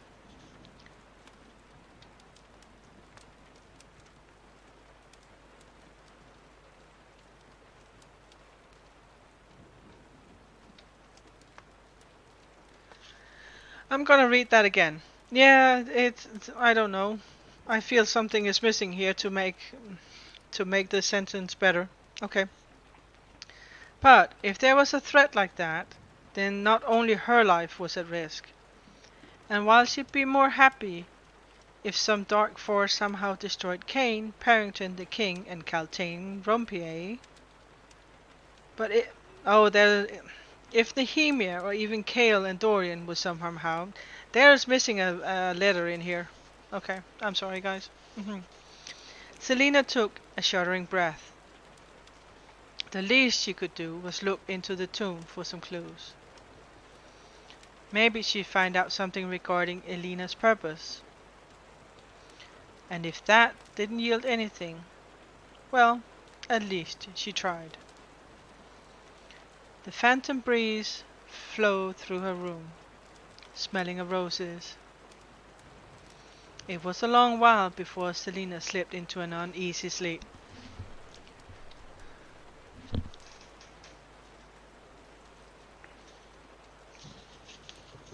Chapter 26. The doors to her bedroom banged open, and Selina was on her feet in an instant, a candlestick in hand. But Cale took no notice of her as she stormed in, his jaw clenched. She groaned and slumped back onto her bed. "Don't you ever sleep?" she grumbled, pulling the covers over herself.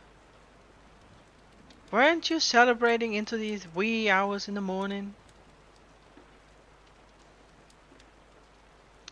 He put a hand on his sword as he ripped back the blankets and dragged her out of bed by the elbow. "Where were you last night?" She pushed away the fear that tightened her throat.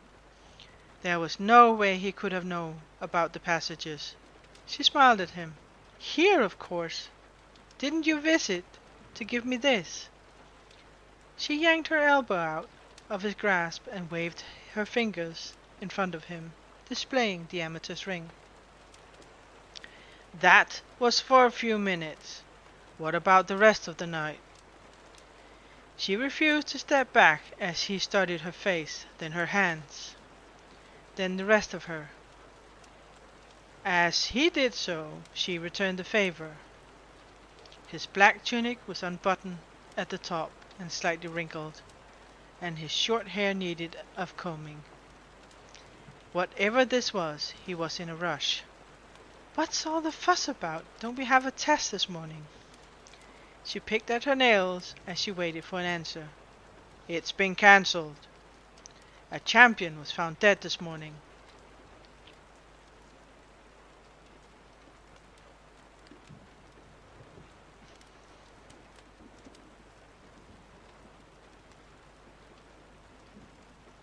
"Oh, welcome back, dear." "Javier, the thief from Melisande." She flicked her eyes to him, then back to her nails. "And I suppose you think I did this?" "I'm hoping you didn't, as the body was half eaten." "Eaten?" She crinkled her nose. She sat cross-legged on the bed, propping herself on the hands. "How gruesome!" "Perhaps Cain did it. He beastly enough to do such a thing." Her stomach felt tight. Another champion murdered.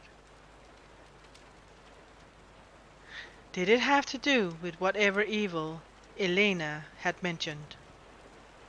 The Eye Eater and the two other champions' killings had been just a fluke,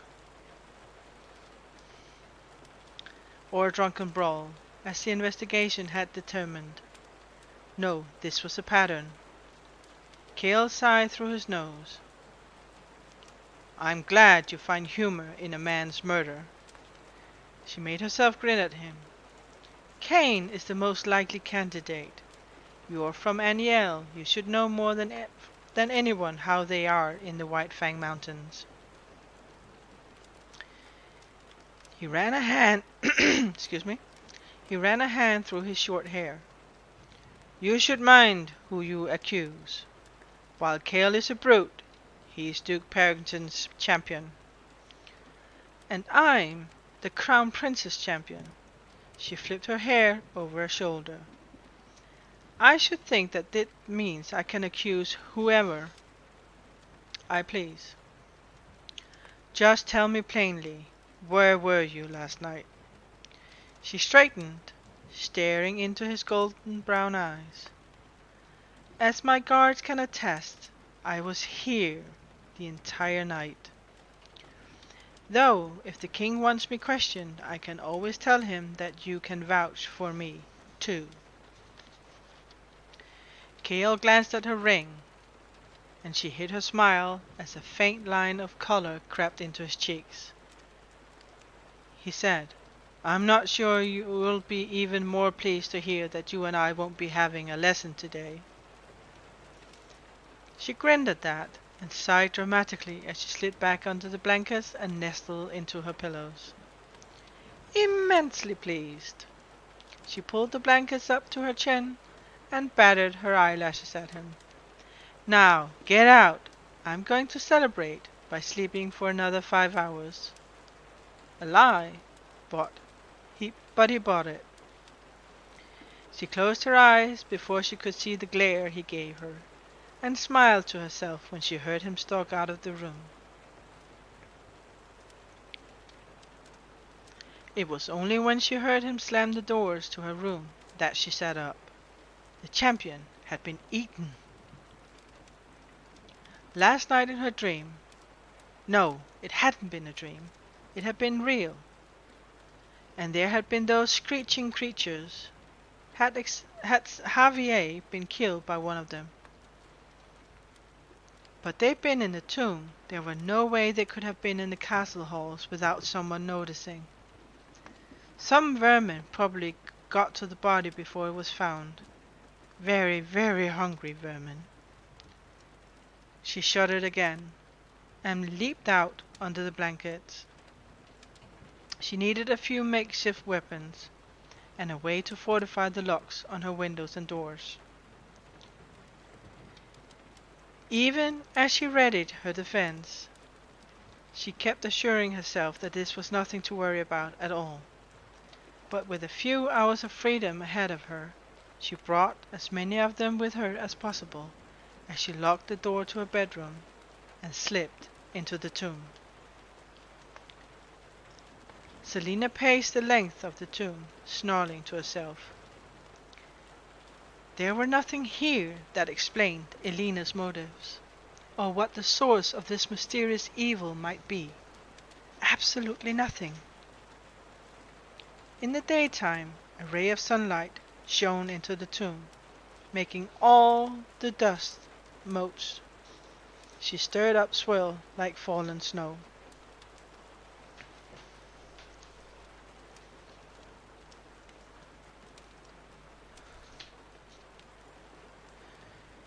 How was it possible that there was light so far beneath the castle?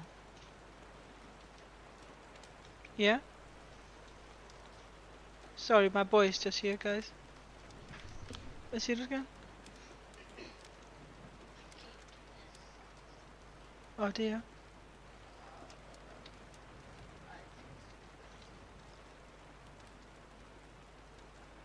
Hvis du er mere sulten, så gå ud og spise din madpakke. Mm.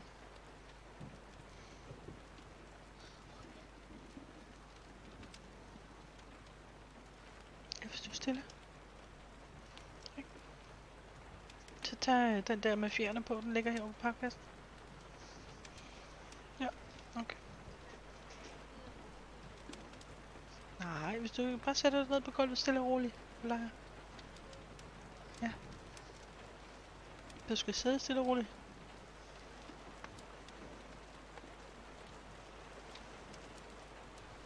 Sorry, my boy, he wants to play with the kitten. I know it's Danish, I'm sorry.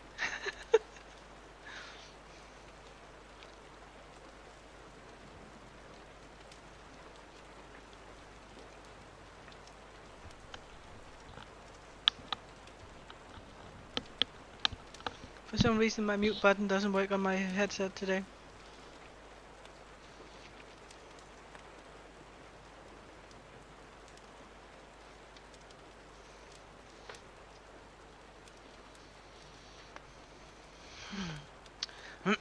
How was it possible that there was light so far beneath the castle? Selina paused beneath the grate in the ceiling, peering up at the light flowing through it. Sure enough, the sides of the shaft shimmered. They were lined with polished gold. A lot of gold. If it meant reflecting the sun rays all the way down here. Selina stalked between the two sarcophagi. Though she brought 3 of her makeshift weapons, she found no trace of whatever had been growling and screeching last night, and no trace of Elena either. Selina paused beside Elena's sarcophagus. The blue gem embedded in her stone crown pulsed in the faint sunlight. What was your purpose in telling me to do those things? She mused aloud, her voice echoing off of the intricately carved walls. You've been dead for 1,000 years. Why still bother with Aurelea? And why not get Dorian, or Kale, or Nehemia, or someone else to do it?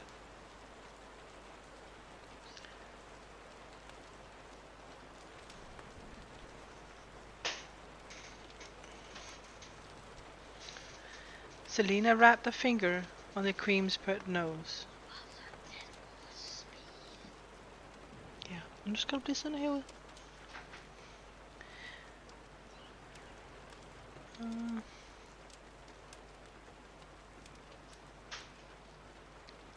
One would think you have had better things to do with your afterlife. Though she tried to grin, her voice came out quieter than she would have liked. She should go. Even with her bedroom door locked, someone was bound to come looking for her sooner or later. And she highly doubted that anyone would believe her if she told them that she'd been charged with a very important mission by the first Queen of Otterland. In fact, she realized with a grimace, she'd be lucky if she weren't accused of treason and magic using.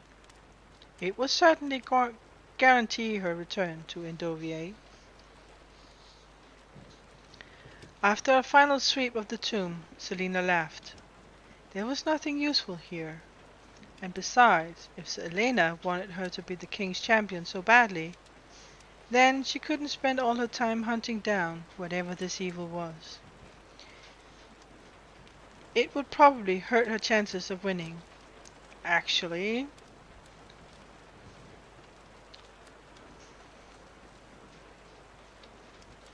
Selena hurried up the steps, her torch casting odd shadows on the walls. If this evil was as threatening as Selena made it seem, then how could she possibly defeat it? Not that the thought of something wicked dwelling in the castle scared her or anything. No, it wasn't that at all. Selena huffed. She'd focused on becoming the king's champion, and then, if she won, she'd go about finding this evil. Maybe.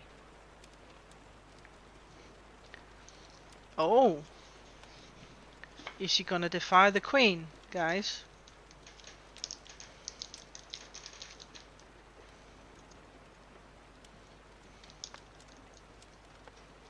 Do you guys think so?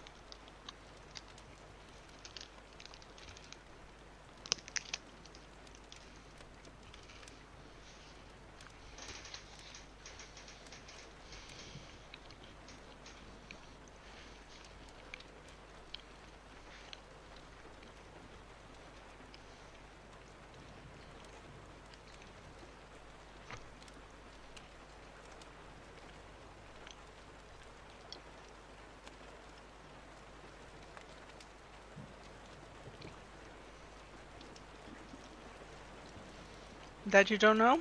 No. An hour later, flanked by guards.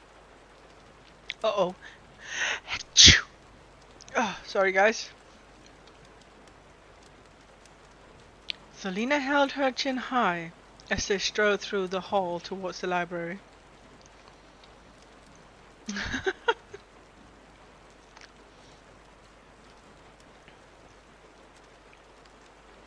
She smiled at the young chevaliers they passed, and smirked at the court women who eyed her pink and white gown. She couldn't blame them. The dress was spectacular, and she was spectacular in it. Even Res, one of the handsomer guards posted outside her room, had said so. Naturally, it hadn't been too difficult to convince him to escort her to the library. And thank you, Jay. Selena smiled smugly to herself as she nodded to a passing nobleman, who raised his eyebrows at the sight of her. He was immensely pale. She noticed as he opened his mouth to say something. But Selena continued down the hall. Her steps quickened at the rumblings of arguing male voices that echoed off the stones as they neared a bend. Hurrying farther, Selena ignored the click of Res's tongue as she rounded the corner. She knew that smell all too well.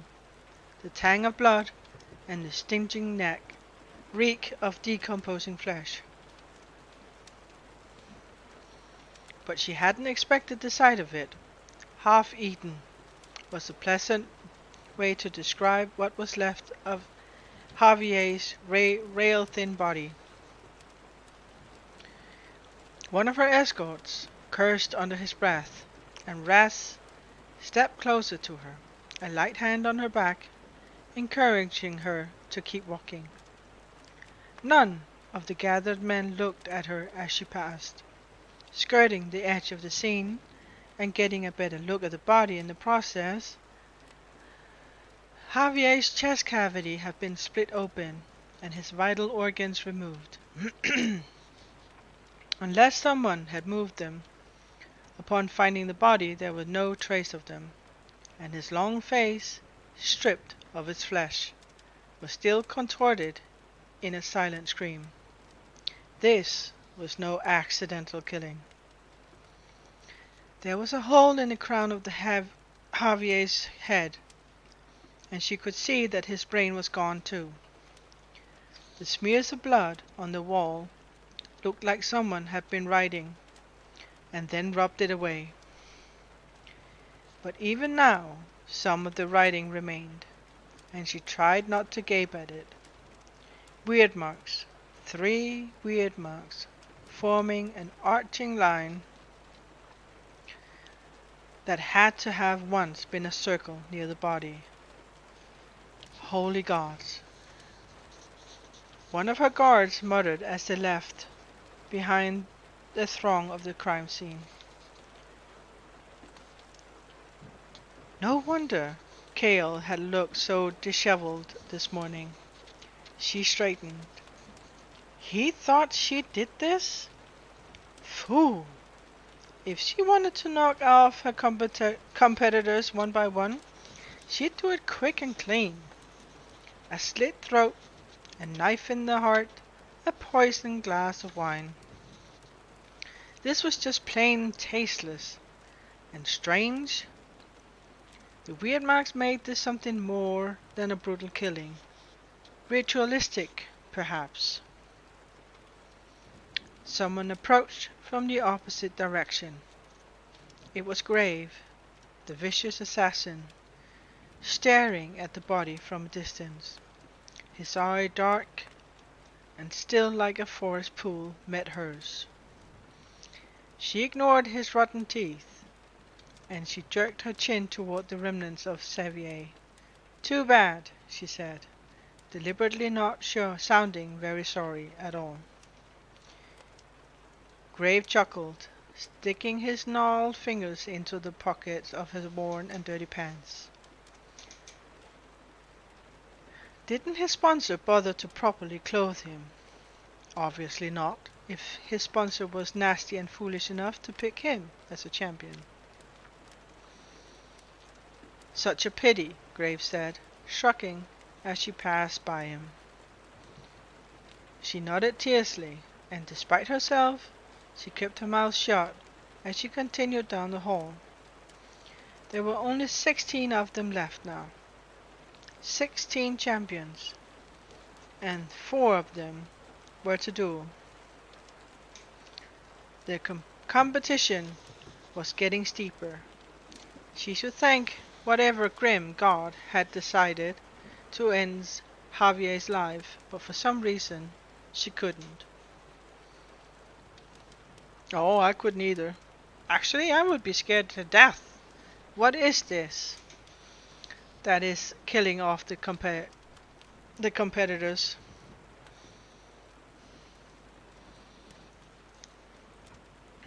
Is it a demon?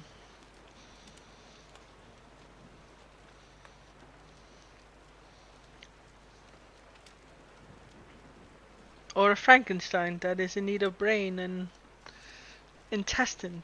Who knows? Who knows? Just kidding, guys. Just kidding.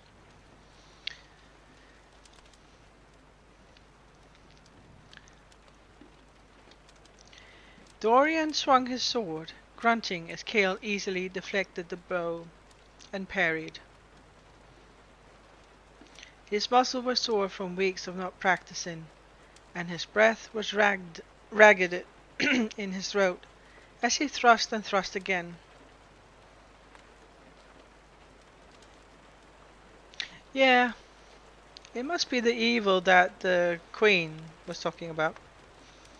But in what form?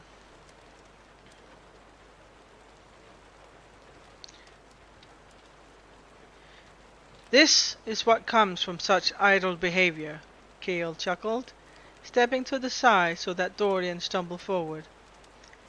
He remembered a time when they'd been an equal skill, though that had not been long ago. Yeah, sacrifices, blood, fear, yeah. We don't know yet what it's all about.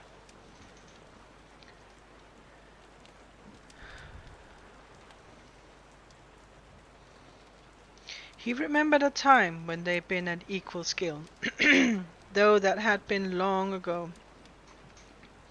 Dorian, while he still enjoyed swordplay, had grown to prefer books. I've had meetings and important things to read, Dorian said, panting.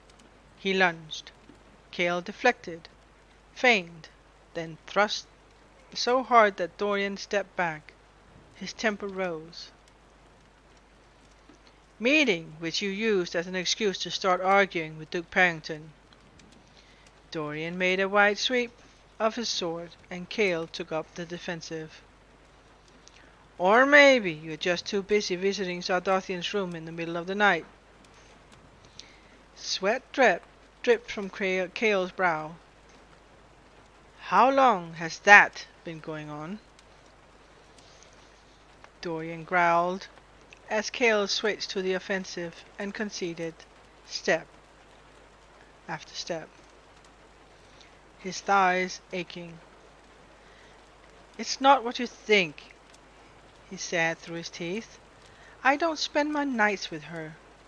Aside from last night, I've only visited her once, and she was less than warm, don't worry. At least some of you have some common sense. Cale delivered each blow with such precision that Dorian had to admire him. Because you've clearly lost your mind. And what about you? Dorian demanded. Do you want me to comment on how you showed up in her rooms last night? The same night another champion died. Dorian feinted, but Cale didn't fall for it. Instead, he struck strongly enough that Dorian staggered back a step, fighting to keep his footing. Dorian grimaced at the rage flickering in Cale's eyes. Fine, that was a cheap shot, he admitted, bringing his sword up to deflect another blow. But I still want an answer. Maybe I don't have one. Like you said, it's not what you think. Cale's brown eyes gleamed. But before Dorian could debate it, his friend switched the subject with brutal aim. How's court? Cale asked. Breathing hard, Dorian winced. That was why he was here. If he had to spend another moment sitting in his mother's court, he'd gone mad. That terrible? Shut up! Dorian snarled, and slammed his sword into Cale's. It must be exceptionally awful to be you today. I bet all the ladies were begging you to protect them from the murderer inside our walls. Cale grinned, but it didn't reach his eyes. Taking the time to spar with him when there were a fresh corpse in the castle was a sacrifice Dorian was surprised Cale had been willing to make. Dorian knew how much his position meant to him. Dorian stopped suddenly and straightened. Cale should be doing more important things right now. Enough, he said, sheathing his rapier. Not missing a step, Cale did the same.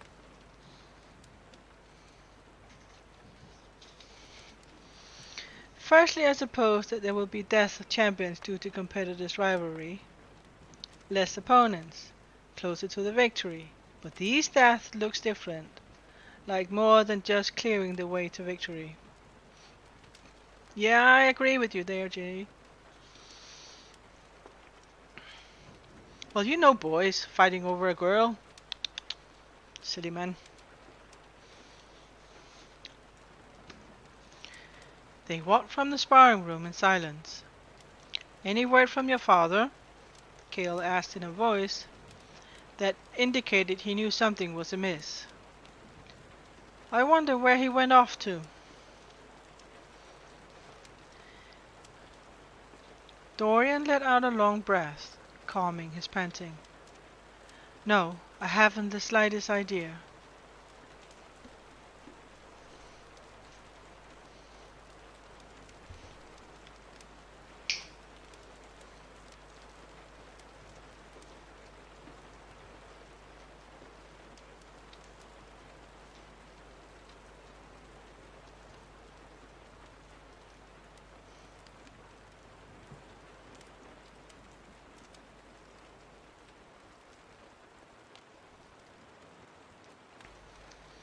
All right.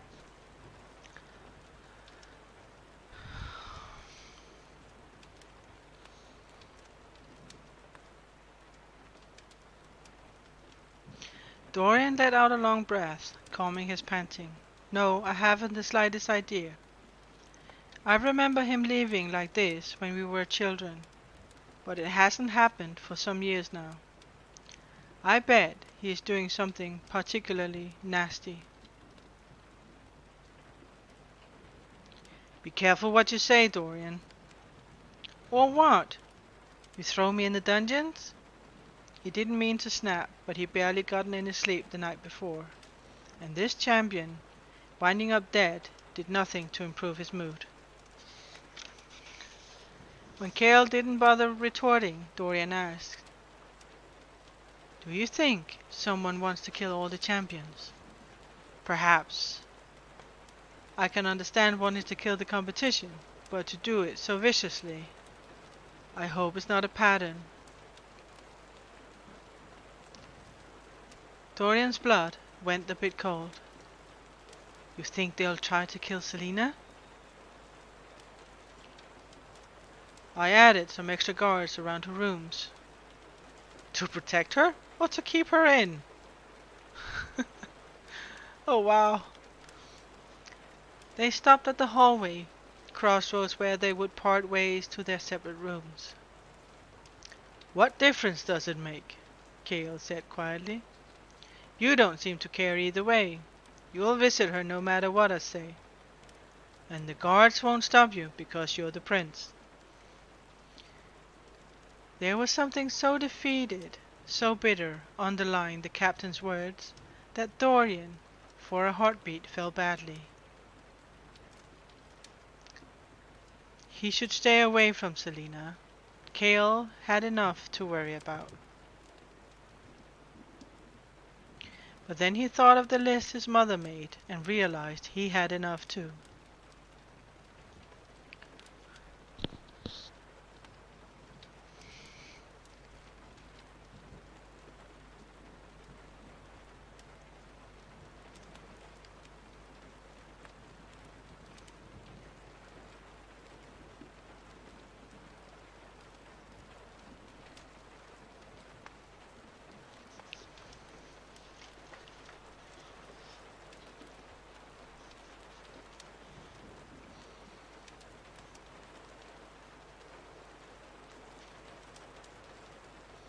I need to inspect Javier's body again.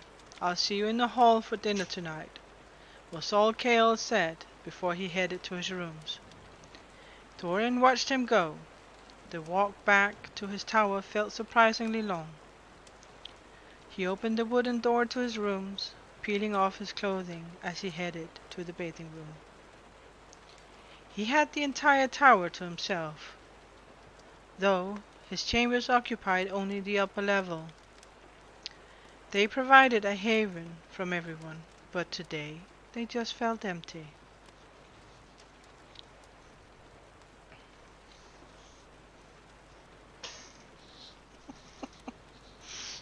Chapter 26. Sorry, I have a kitten going bazongas here.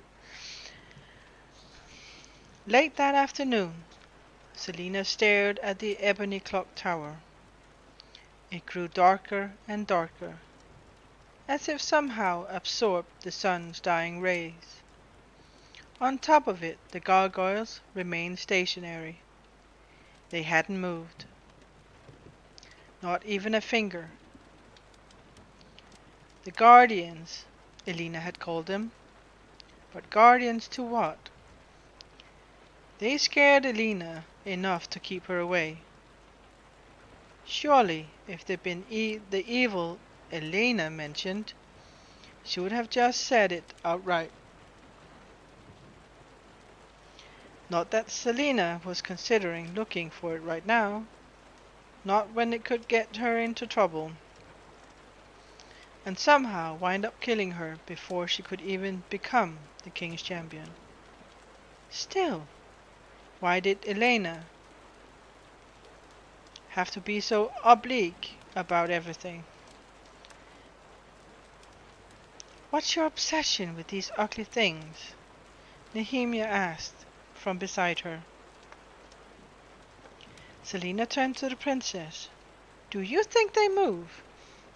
They are made of stone, Lillian, the princess said in the common tongue, her Aylway accent slightly less thick. Oh, Selina exclaimed, smiling. That was very good. One lesson and you're already putting me to shame. Unfortunately, the same couldn't be said of Selina's Aylway. Nehemia beamed. They do look wicked, she said in Aylway. And I'm afraid the weird marks don't help, Selina said.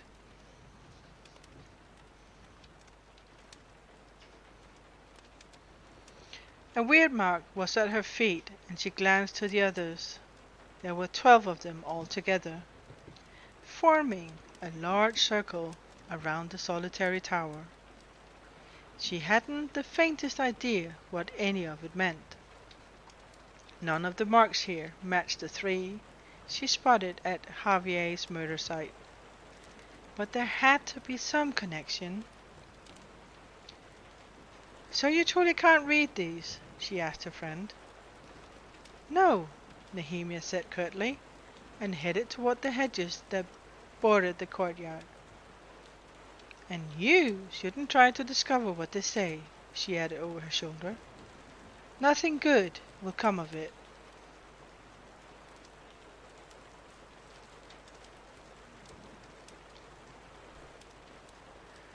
Selina pulled her cloak tighter around her as she followed after the princess. Snow would start falling in a matter of days, bringing them closer to Yule Maas and the final duel, still 2 months away. She savored the heat from her cloak, remembering all too well the winter she spent in her dovier.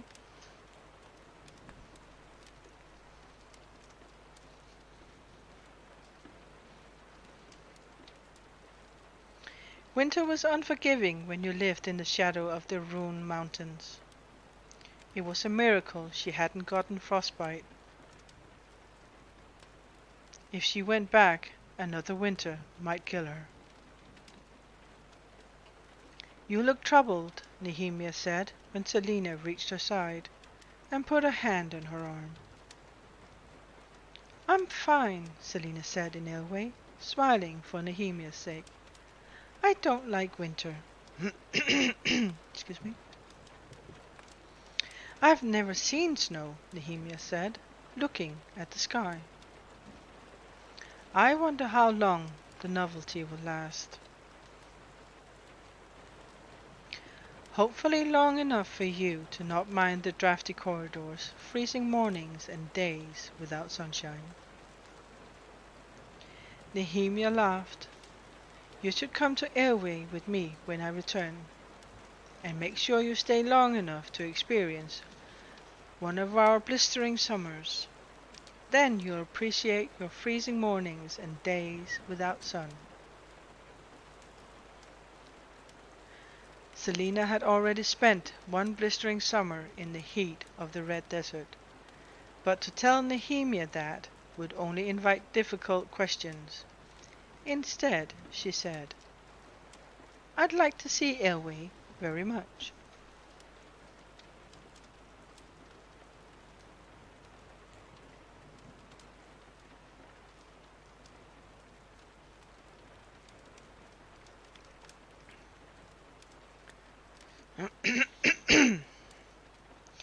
Nehemia's gaze lingered on Selina's brow for a moment before she grinned.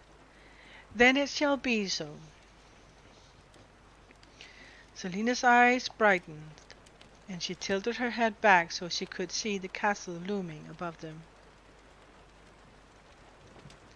"I wonder if Cale sorted through the mess of that murder. My bodyguards tell me that the man was very violently killed." "To say the least," Selina murmured, watching the shifting colors of the fading sun turn the castle gold and red and blue. Despite the ostentatious nature of the glass castle, she had to admit that it did look rather beautiful at times. "You saw the body? My guards weren't even allowed close enough." She nodded slowly. "I'm sure you don't want to know the details." "Indulge me," Nehemia pressed, smiling tightly. Selina raised an eyebrow. "Well, there was blood smeared everywhere, on the walls, on the floor." "Smeared?" Nehemia said, her voice dropping into a hush. "Not splattered?" "Yes, sir."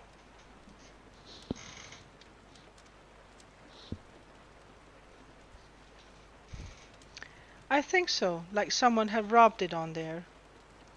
There were a few of those weird marks painted, but most have been rubbed away." She shook her head at the image that arose, and the man's body was missing its vital organs, like someone had split him open from neck to navel. And "I'm sorry. You look like you're going to be ill. I shouldn't have said anything." "No, keep going. What else was missing?" Selina paused for a moment before saying, "His brain. Someone had made a hole in the top of his head, and his brain was gone. And the skin from his face had been ripped off." Nehemia nodded, staring at a barren bush in front of them. The princess chewed on her bottom lip, and Selina noted that her fingers curled and uncurled at the side of her long white gown. A cold breeze blew past them, making Nehemia's multitude of fine, thin braids sway. The gold woven into her braids clinked softly. "I'm sorry," Selina said. "I shouldn't have."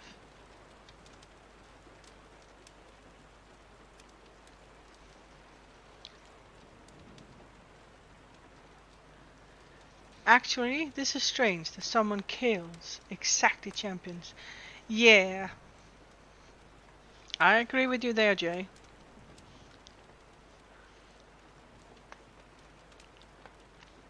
A step fell behind them, and before Selina could wail, a male voice said, "Look at this." She tensed, and Princess seems familiar with the way of murder, like it's a ritual. "Yeah, I have a feeling she knows exactly what's going on." She tensed as Kane came to stand nearby, half hidden in the shadow of the clock tower behind them. Varin, the curled-haired loudmouth thief, was at his side. "What do you want?" she said. Kane's tanned face twisted in a sneer. Somehow he's gotten bigger. Or maybe her eyes were playing tricks on her. Pretending to be a lady doesn't mean you are one, he said. Selina shot Nehemia a look, but the princess' eyes remained upon Cain, narrowed, but her lips strangely slack. But Cain wasn't done, and his attention shifted to Nehemia. His lips pulled back, revealing his gleaming white teeth. Neither does wearing a crown make you a real princess. Not anymore. Selina took a step closer to him. Shut your stupid mouth, or I'll punch your teeth down your throat and shut it for you. Cain let out a sharp laugh, which Varin echoed. The thief circled behind them, and Selina straightened, wondering if they actually pick a fight here. Lots of barking from the princess lapdog, Cain said, but does she have any fangs? She felt Nehemia's hand on her shoulder, but she shrugged it off, and she took another step toward him, close enough for the curls of his breath to touch her face. Inside the castle, the guards remained loitering about, talking amongst themselves. You'll find out when my fangs are buried in your neck, she said.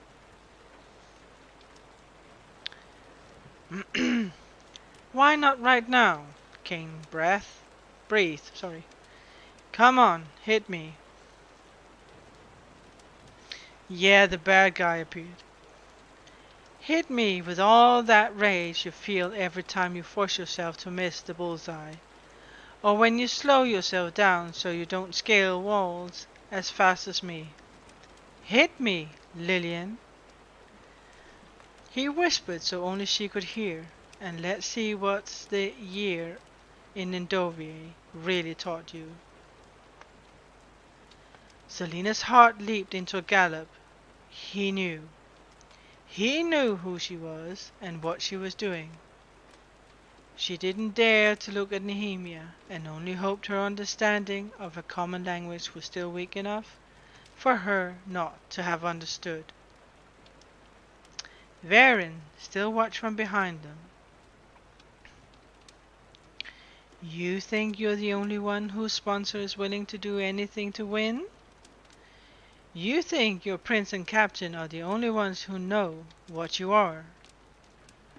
Selina clenched her hand. 2 blows and he'd be on the ground, struggling to breathe. Another blow after that, and Varin would be beside him. Lillian, Nehemia said in the common tongue, taking by the hand. We have business. Let us go. That's right, Cain said. Follow her around like the lapdog you are. Selina's hand trembled. If she hit him. If she got into a brawl right here and the guards had to pull them apart, Cale might not let her see Nehemia again, let alone leave her rooms after lessons or stay late to practice with Nox. So Selina smiled and rolled her shoulders as she said brightly, Shove it up your ass, Cain.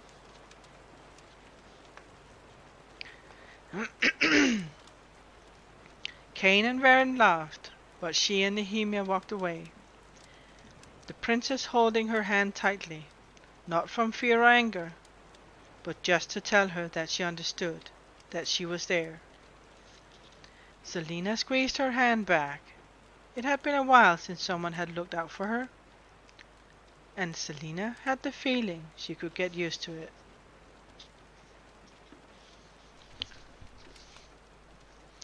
So Cain knows who she really is. I wonder who told.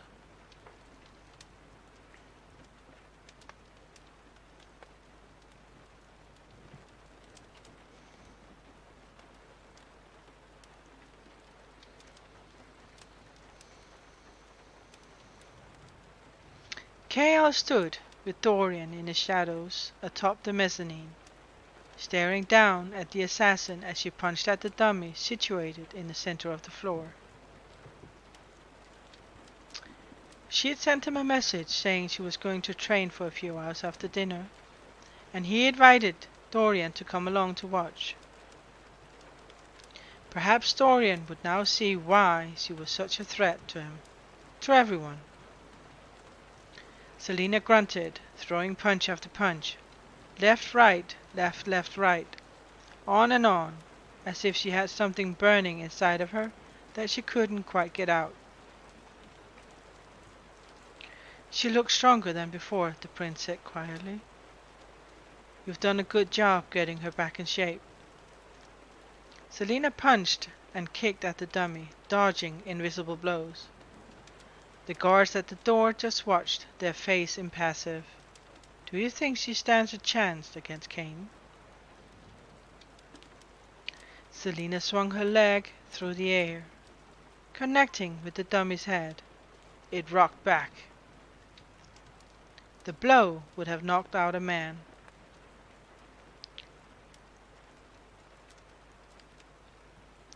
I think if she doesn't get too riled and keeps a cool head when they duel, she might. But she's wild and unpredictable. She needs to learn to control her feelings, especially that impossible anger. Which was true. Cale didn't know if it was because of Endovier or just being an assassin.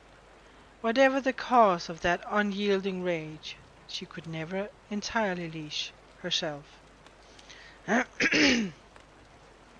Who's that? Dorian asked sharply, as Knox entered the room and walked over to Selina.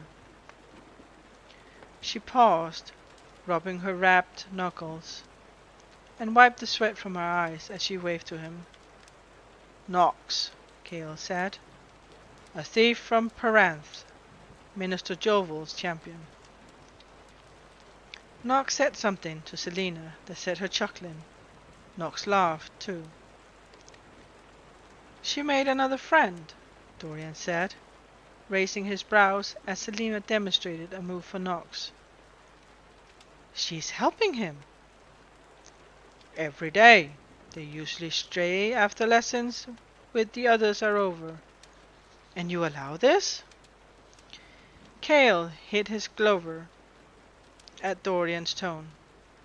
If you want me to put an end to it, I will. Dorian watched him for another moment. No. Let her train with him. The other champions are brutes. She could use an ally. That she could. Dorian turned from the balcony and strode off to the darkness of the hall beyond. Cale watched the prince disappear, his red cape billowing behind him, and sighed. He knew jealousy when he saw it, and while Dorian was clever, he was just as bad as Selina at hiding his emotions. Perhaps bringing the prince along had done the opposite of what he intended. His feet heavy, Cale followed after the prince, hoping Dorian wasn't about to drag them all into serious trouble.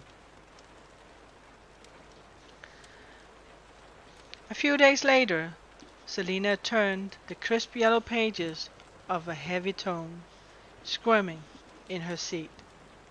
Like the countless others she tried, and it was just page after page of scribbled nonsense. But it was worth researching if there were weird marks at Javier's crime scene and weird marks at the clock tower.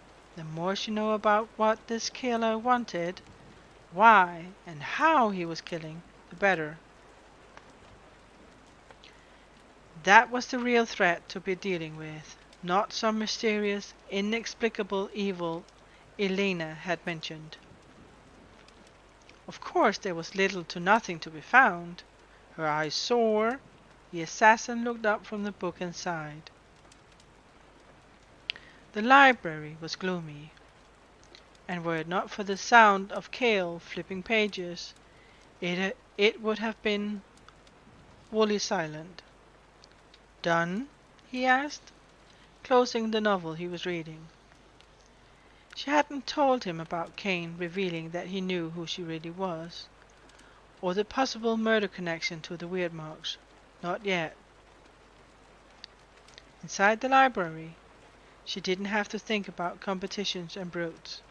Here, she could savor the quiet and the calm. "No," she grumbled, drumming her fingers on the table.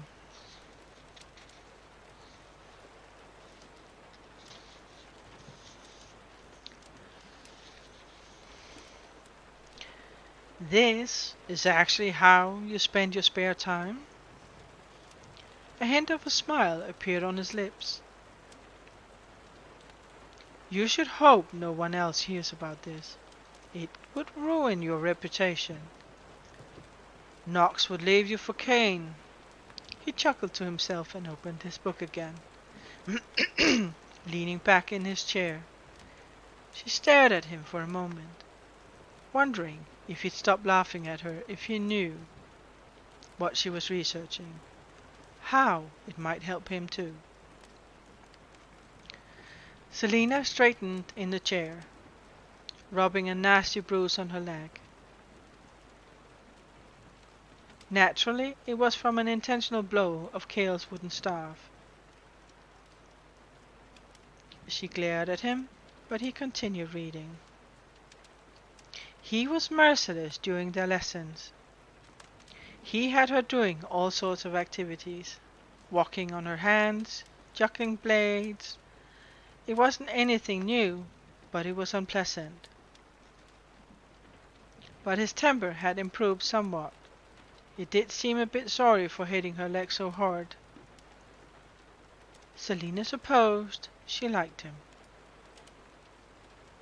"What?" he asked, straightening. "Nothing," she grumbled. What were weird marks, and where did they come from? And more importantly, why had she never heard of them before? They'd been all over Elena's tombs, too. An ancient religion from a forgotten time. What were they doing here? And at the crime scene? There had to be a connection. So far, she hadn't learned much, according to one book. Weird marks were an alphabet. Though, according to this book, no grammar existed with the weird marks. Everything was just symbols that one had to string together. And they changed meaning depending on the marks around them.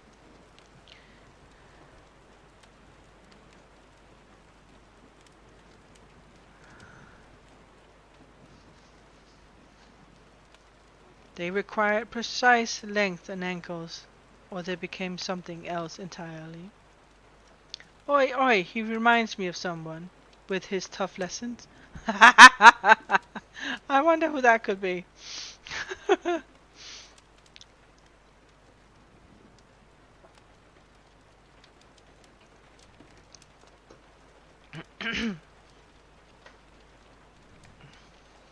No, I don't know who you mean.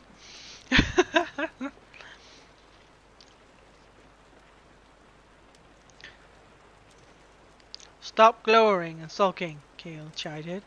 He looked at the title of the book.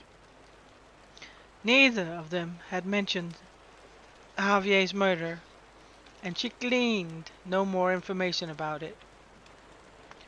Remind me what you're reading. Nothing, she said again, covering the book with her arms.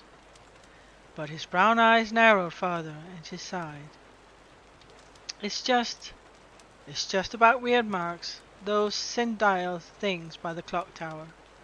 I was interested, so I started learning about them. A half-truth, at least. She waited for the sneer and sarcasm, but it didn't come. He only said, "And why the frustration?" She looked at the ceiling, pouting. All I can find is just radical and outlandish theories.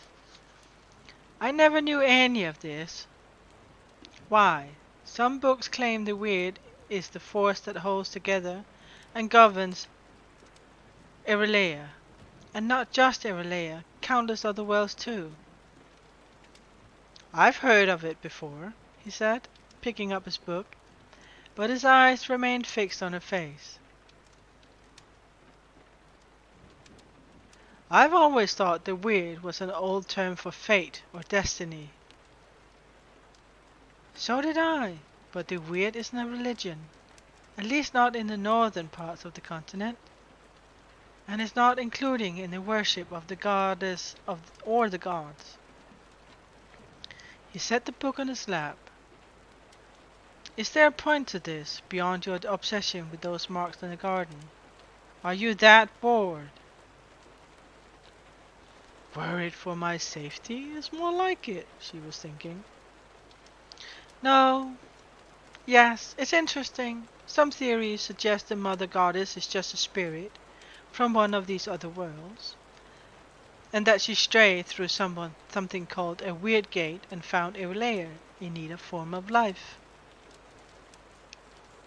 That sounds a little sacrilegious, he warned.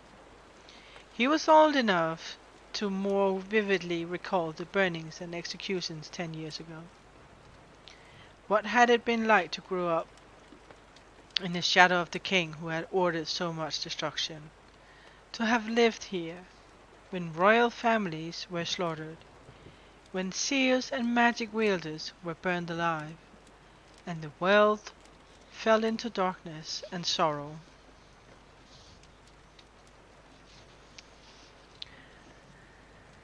But she went on, needing to dump the contents of her mind in case of all the pieces somehow assembled by speaking them out loud. There's an idea that before the goddess arrived, there was life, an ancient civilization, but somehow they disappeared. Perhaps through that weird gate thing. Ruins exist, ruins too old to be of Fey making. How this connected to the champion murders was beyond her. She was definitely grasping at straws. He set his feet down and put the book on the table. Can I be honest with you? Kale leaned closer, and Selina leaned to meet him as he whispered, You sound like a raving lunatic. Selina made a disgusted noise and sat back, seething. Sorry for having some interest in the history of our world.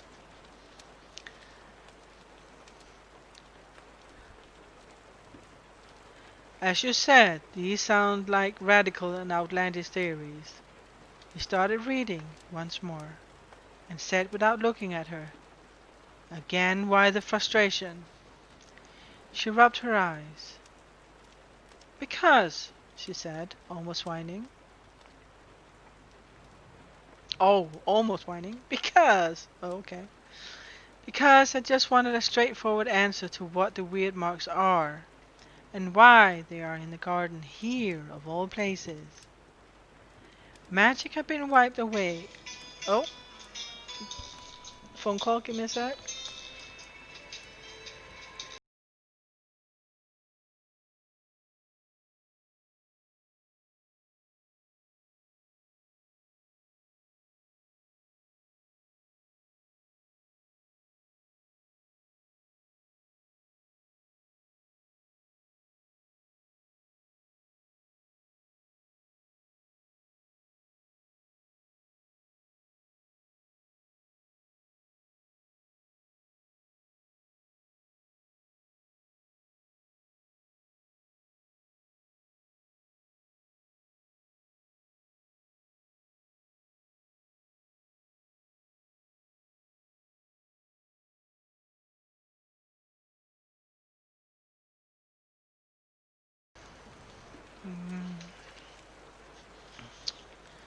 Alright, guys. I have someone coming at my door in a sec. Now, wait.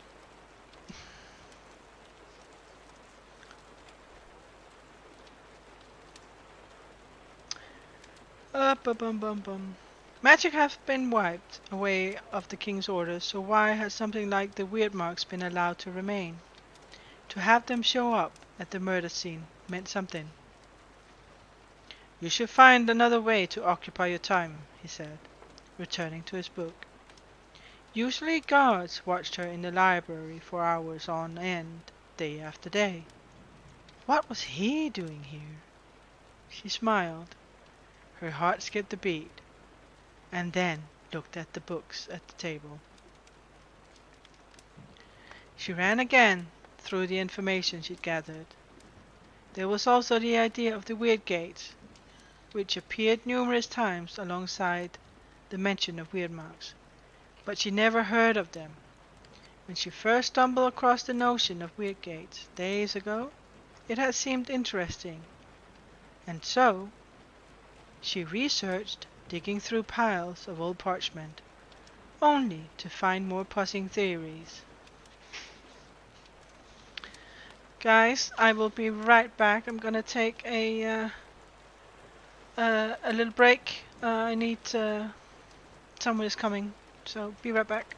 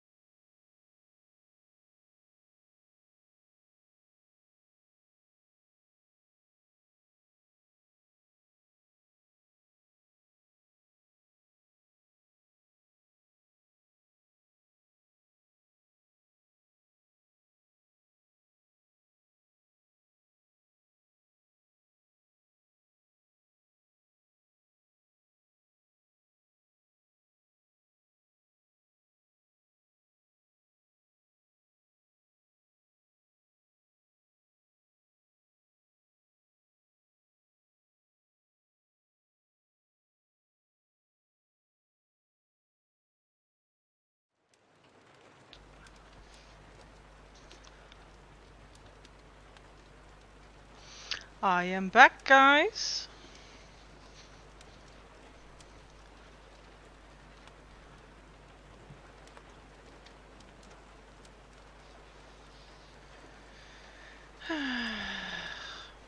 Thank you, dear. Um, I'm gonna be honest with you guys, because we've already been reading for like God knows how long, since 11.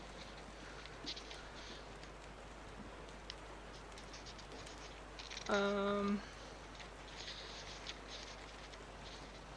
that we should save some for Monday. Um, and my boy is coming home soon as well. Bum bum bum bum bum bum. Where were we? Oh yeah, her heart skipping a beat, and then looked at the books on the table. She ran again through the information she gathered. There was also the idea of the weird gates, which appeared numerous times alongside the mentions of weird marks. But she'd never heard of them. When she first stumbled across the notion of weird gates, days ago, it had seemed interesting. So she'd researched, digging through piles of old parchment, only to find more puzzling theories. The gates were both real and invisible things. Humans could not see them, but they could be summoned and accessed using the weird marks. They opened into other realms, some of them good, some of them bad. Things could come through from the other side and slither into Irilea. It was due to this that many of the strange and fell creatures of Irilea existed. Selina pulled another book toward her and grinned. It was as if someone had read her mind. It was a large black volume entitled The Walking Dead, in tarnished silver letters.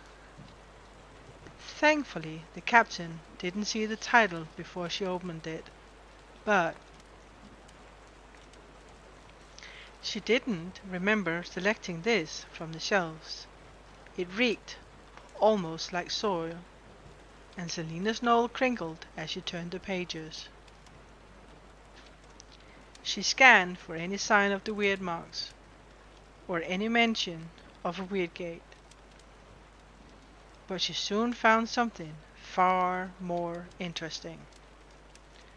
An illustration of a twisted, half-decayed face grinned at her, flesh falling from its bones. The air chilled, and Selina rubbed her arms. Where had she found this? How had this escaped the burnings? How had any of these books escaped the purging fires 10 years ago? She shivered again, almost twitching. The hollow, mad eyes of the monster were full of malice. It seemed to look at her. She closed the book and pushed it to the end of the table. If the king knew this kind of book still existed in his library, he'd have it all destroyed. Unlike the great library of Orinth, here there were no master scholars to protect the invaluable books. Kael kept reading. Something groaned, and Selina's head swung toward the back of the library. It was a guttural noise, an animalistic noise. "Did you hear anything?" she asked. "When do you plan on leaving?" was his only reply. "When I grow tired of reading." She pulled the black book back to her, leafed past the terrifying portrait of the dead thing, and drew the candle closer to read the descriptions of various monsters. There was a scraping noise somewhere beneath her feet. close, as if someone were running a fingernail along the ceiling below. Selina slammed the book shut and stepped away from the table. The hair on her arm rose.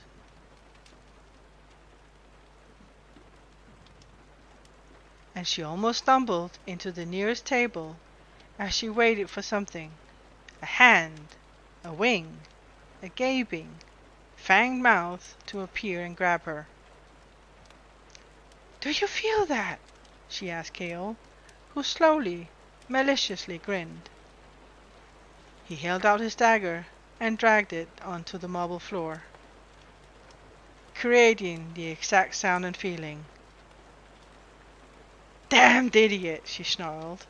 She grabbed 2 heavy books from the table and stalked from the library, making sure to leave The Walking Dead far behind. Oh my god, he is so mean!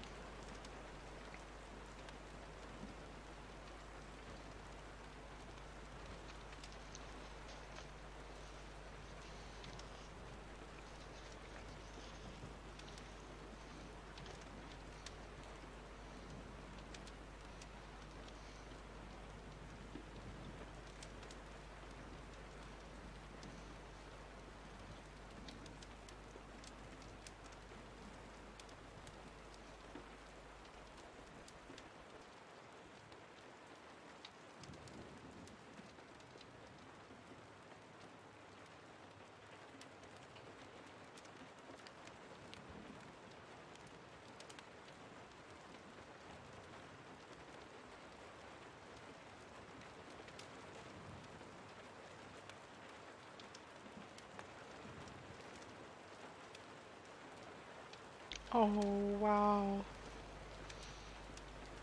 I'm gonna tell you something, guys. This is so sweet. We had a kitten. Uh, well, not had. We got a kitten a few days ago. And I put a towel underneath my desk so she can lie there to feel safe. But she hadn't really used it. But today, she's actually lying on it, listening to the story. That is so sweet.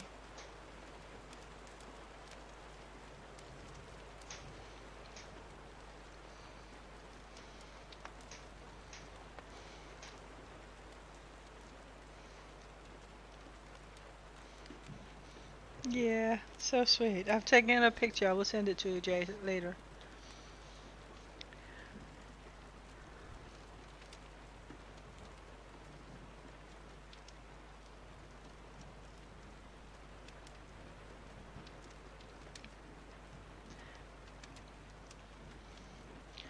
Brows narrowed. Selina aimed the cue at the white ball. The pole slid easily between her fingers as she steadied her hand on the felt surface of the table.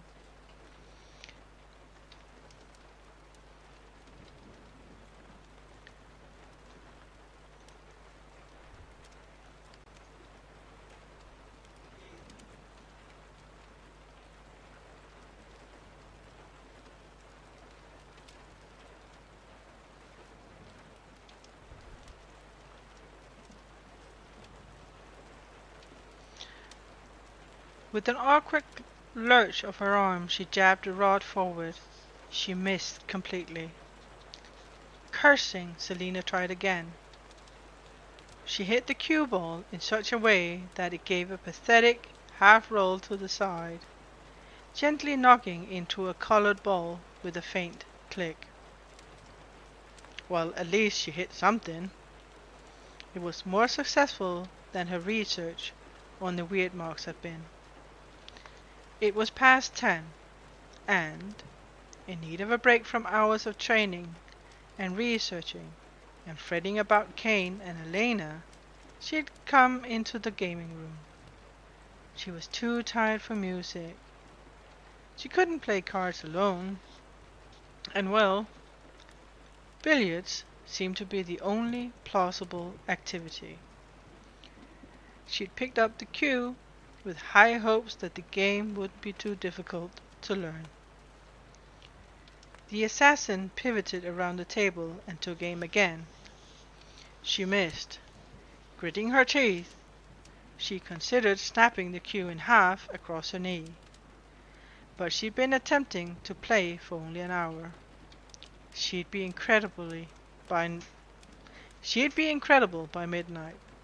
She'd master this ridiculous game where she turned the table into firewood and use it to burn Cain alive.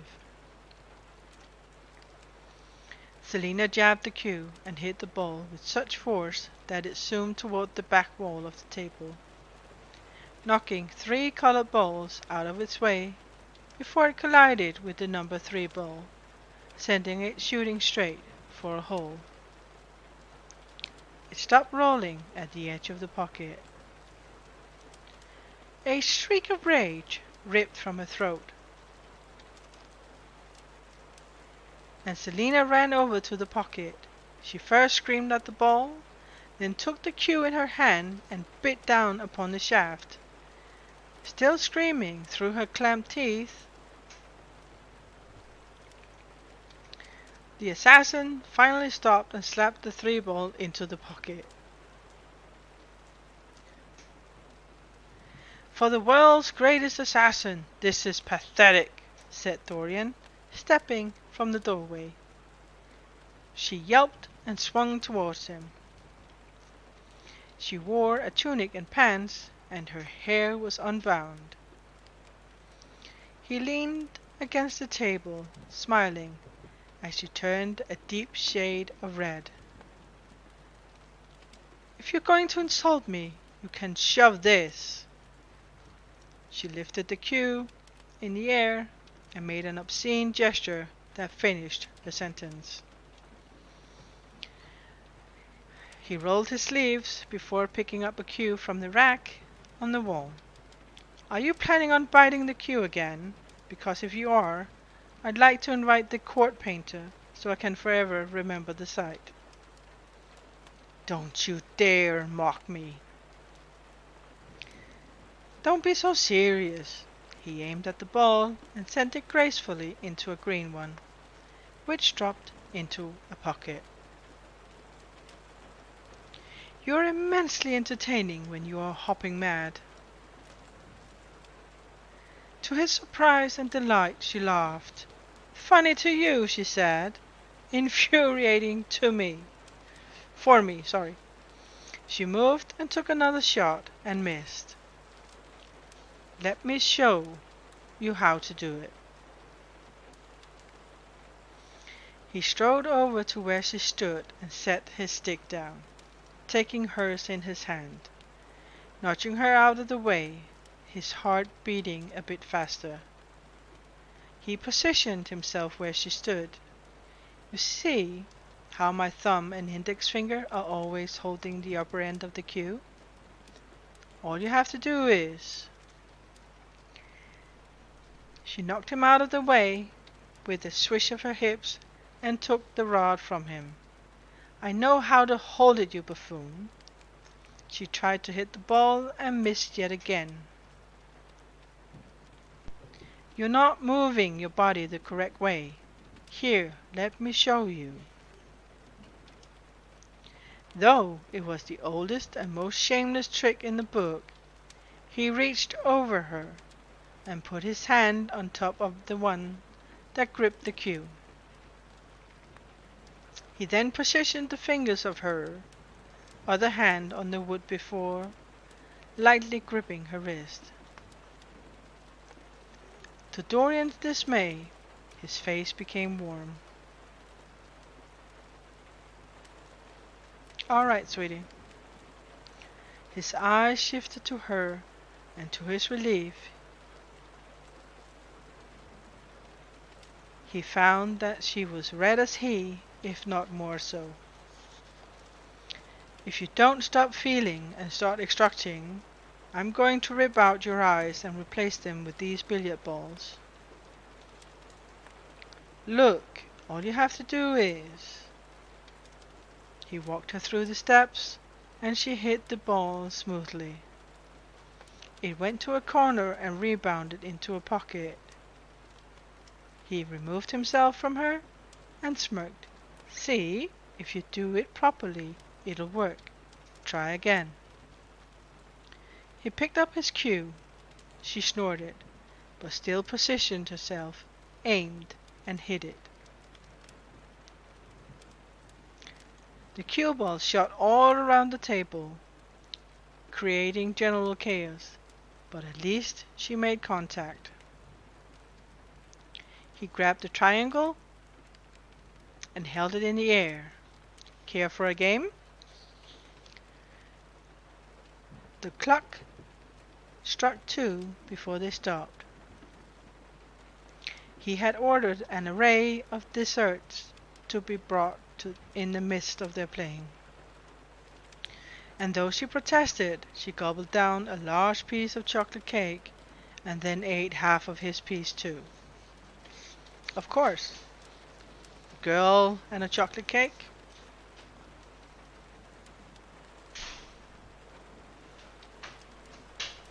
Nice cat.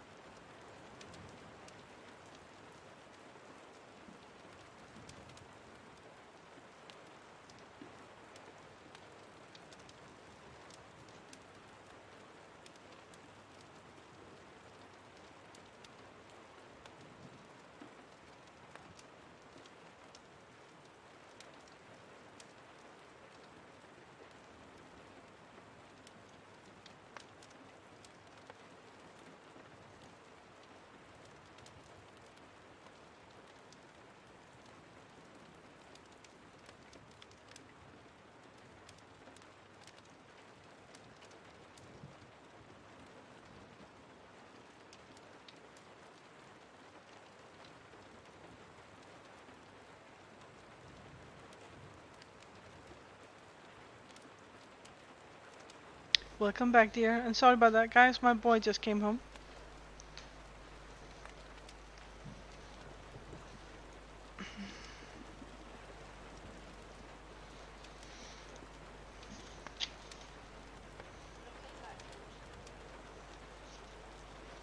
He won every game, yet she hardly noticed.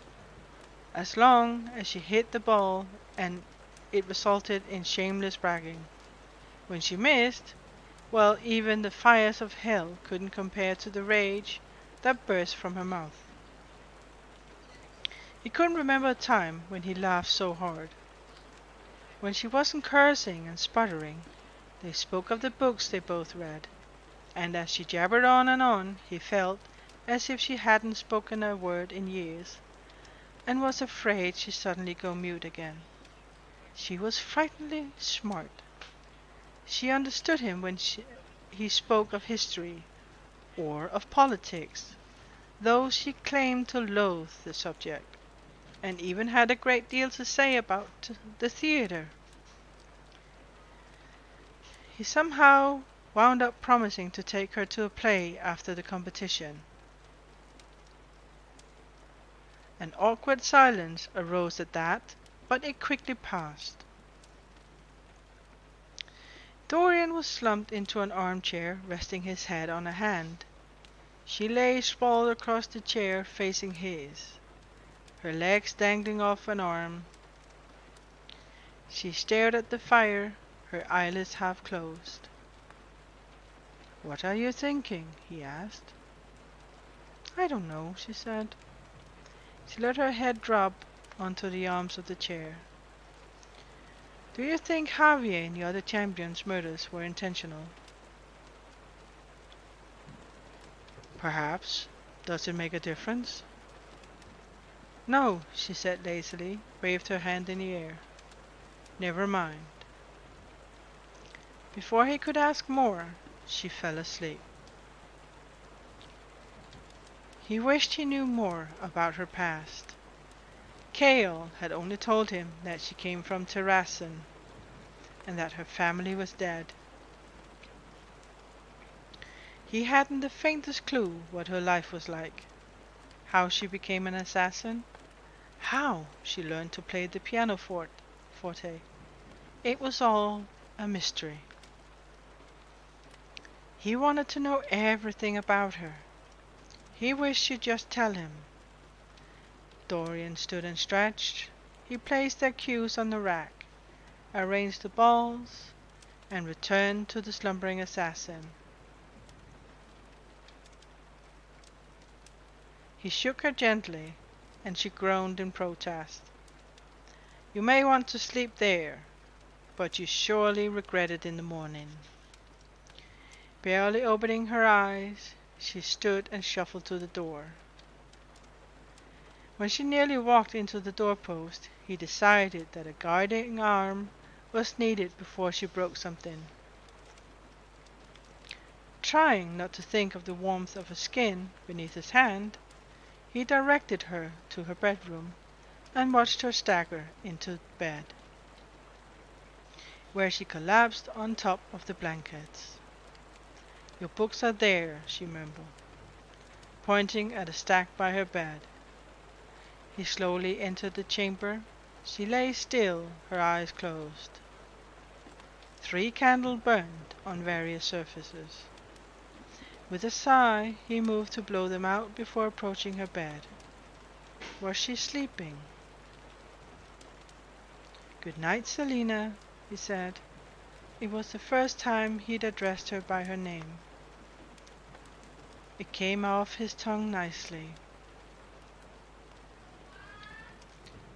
She mumbled something that sounded like "no, no," and did not move.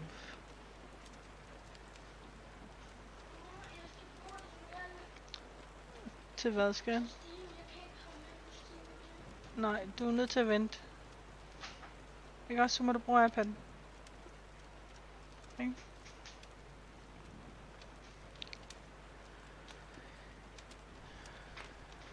A curious necklace glittered in the hollow of her throat.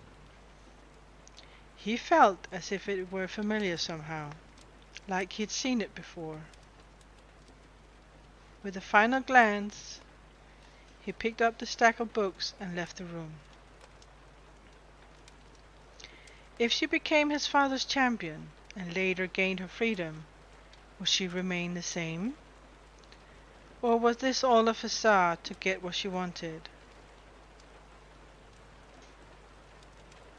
But he couldn't imagine that she was pretending. Didn't want to imagine that she was pretending. The castle was silent and dark as he walked back to his room.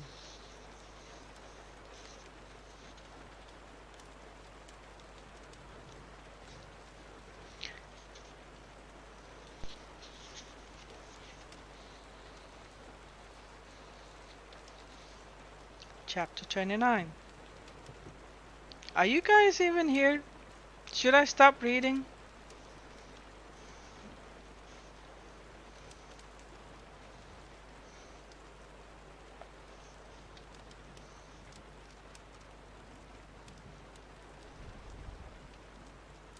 I've been reading for 3.5 hours nearly, guys. Aren't you tired of it yet? Yeah, I know you are, Jay.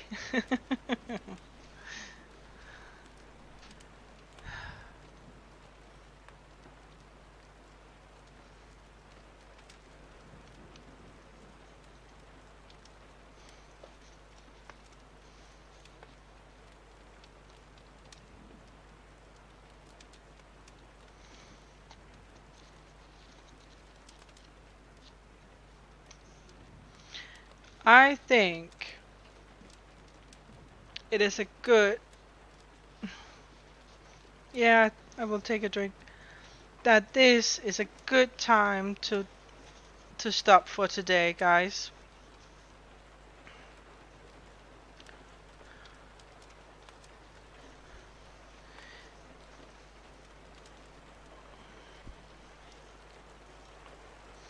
We've come to chapter 29, and what have we learned? That there are ancient fays down in the tombs where she found a hidden path or a hidden door down to total underground passages. We've discovered that another competitor has been killed, and we have learned that the ancient Fae Queen Elena has told Selena that she's the chosen one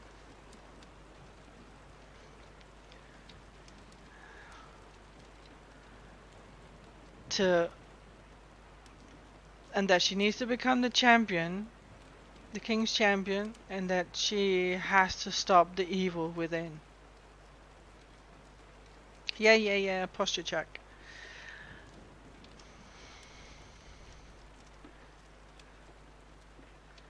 And we have a feeling that Princess Nehemia knows more about these weird marks than she's letting us know.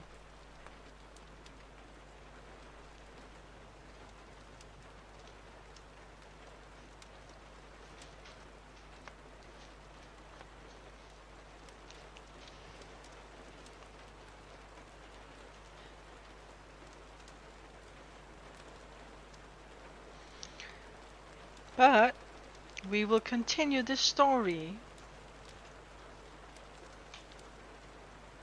on Monday, guys.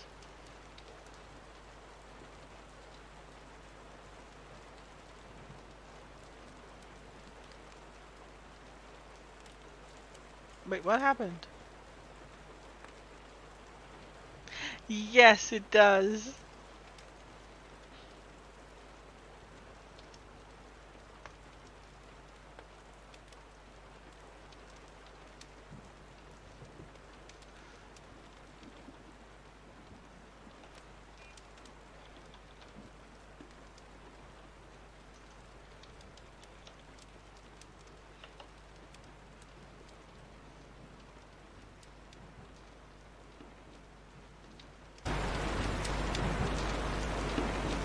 Oh, you are.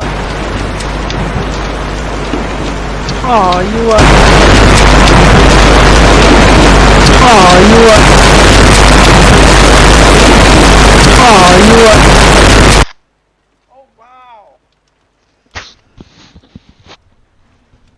was freaking loud. What happened? Ah!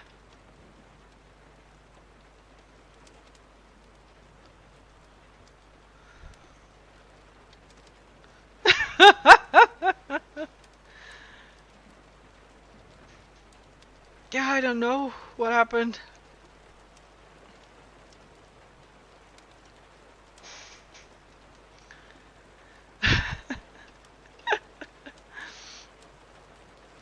Yeah, same here.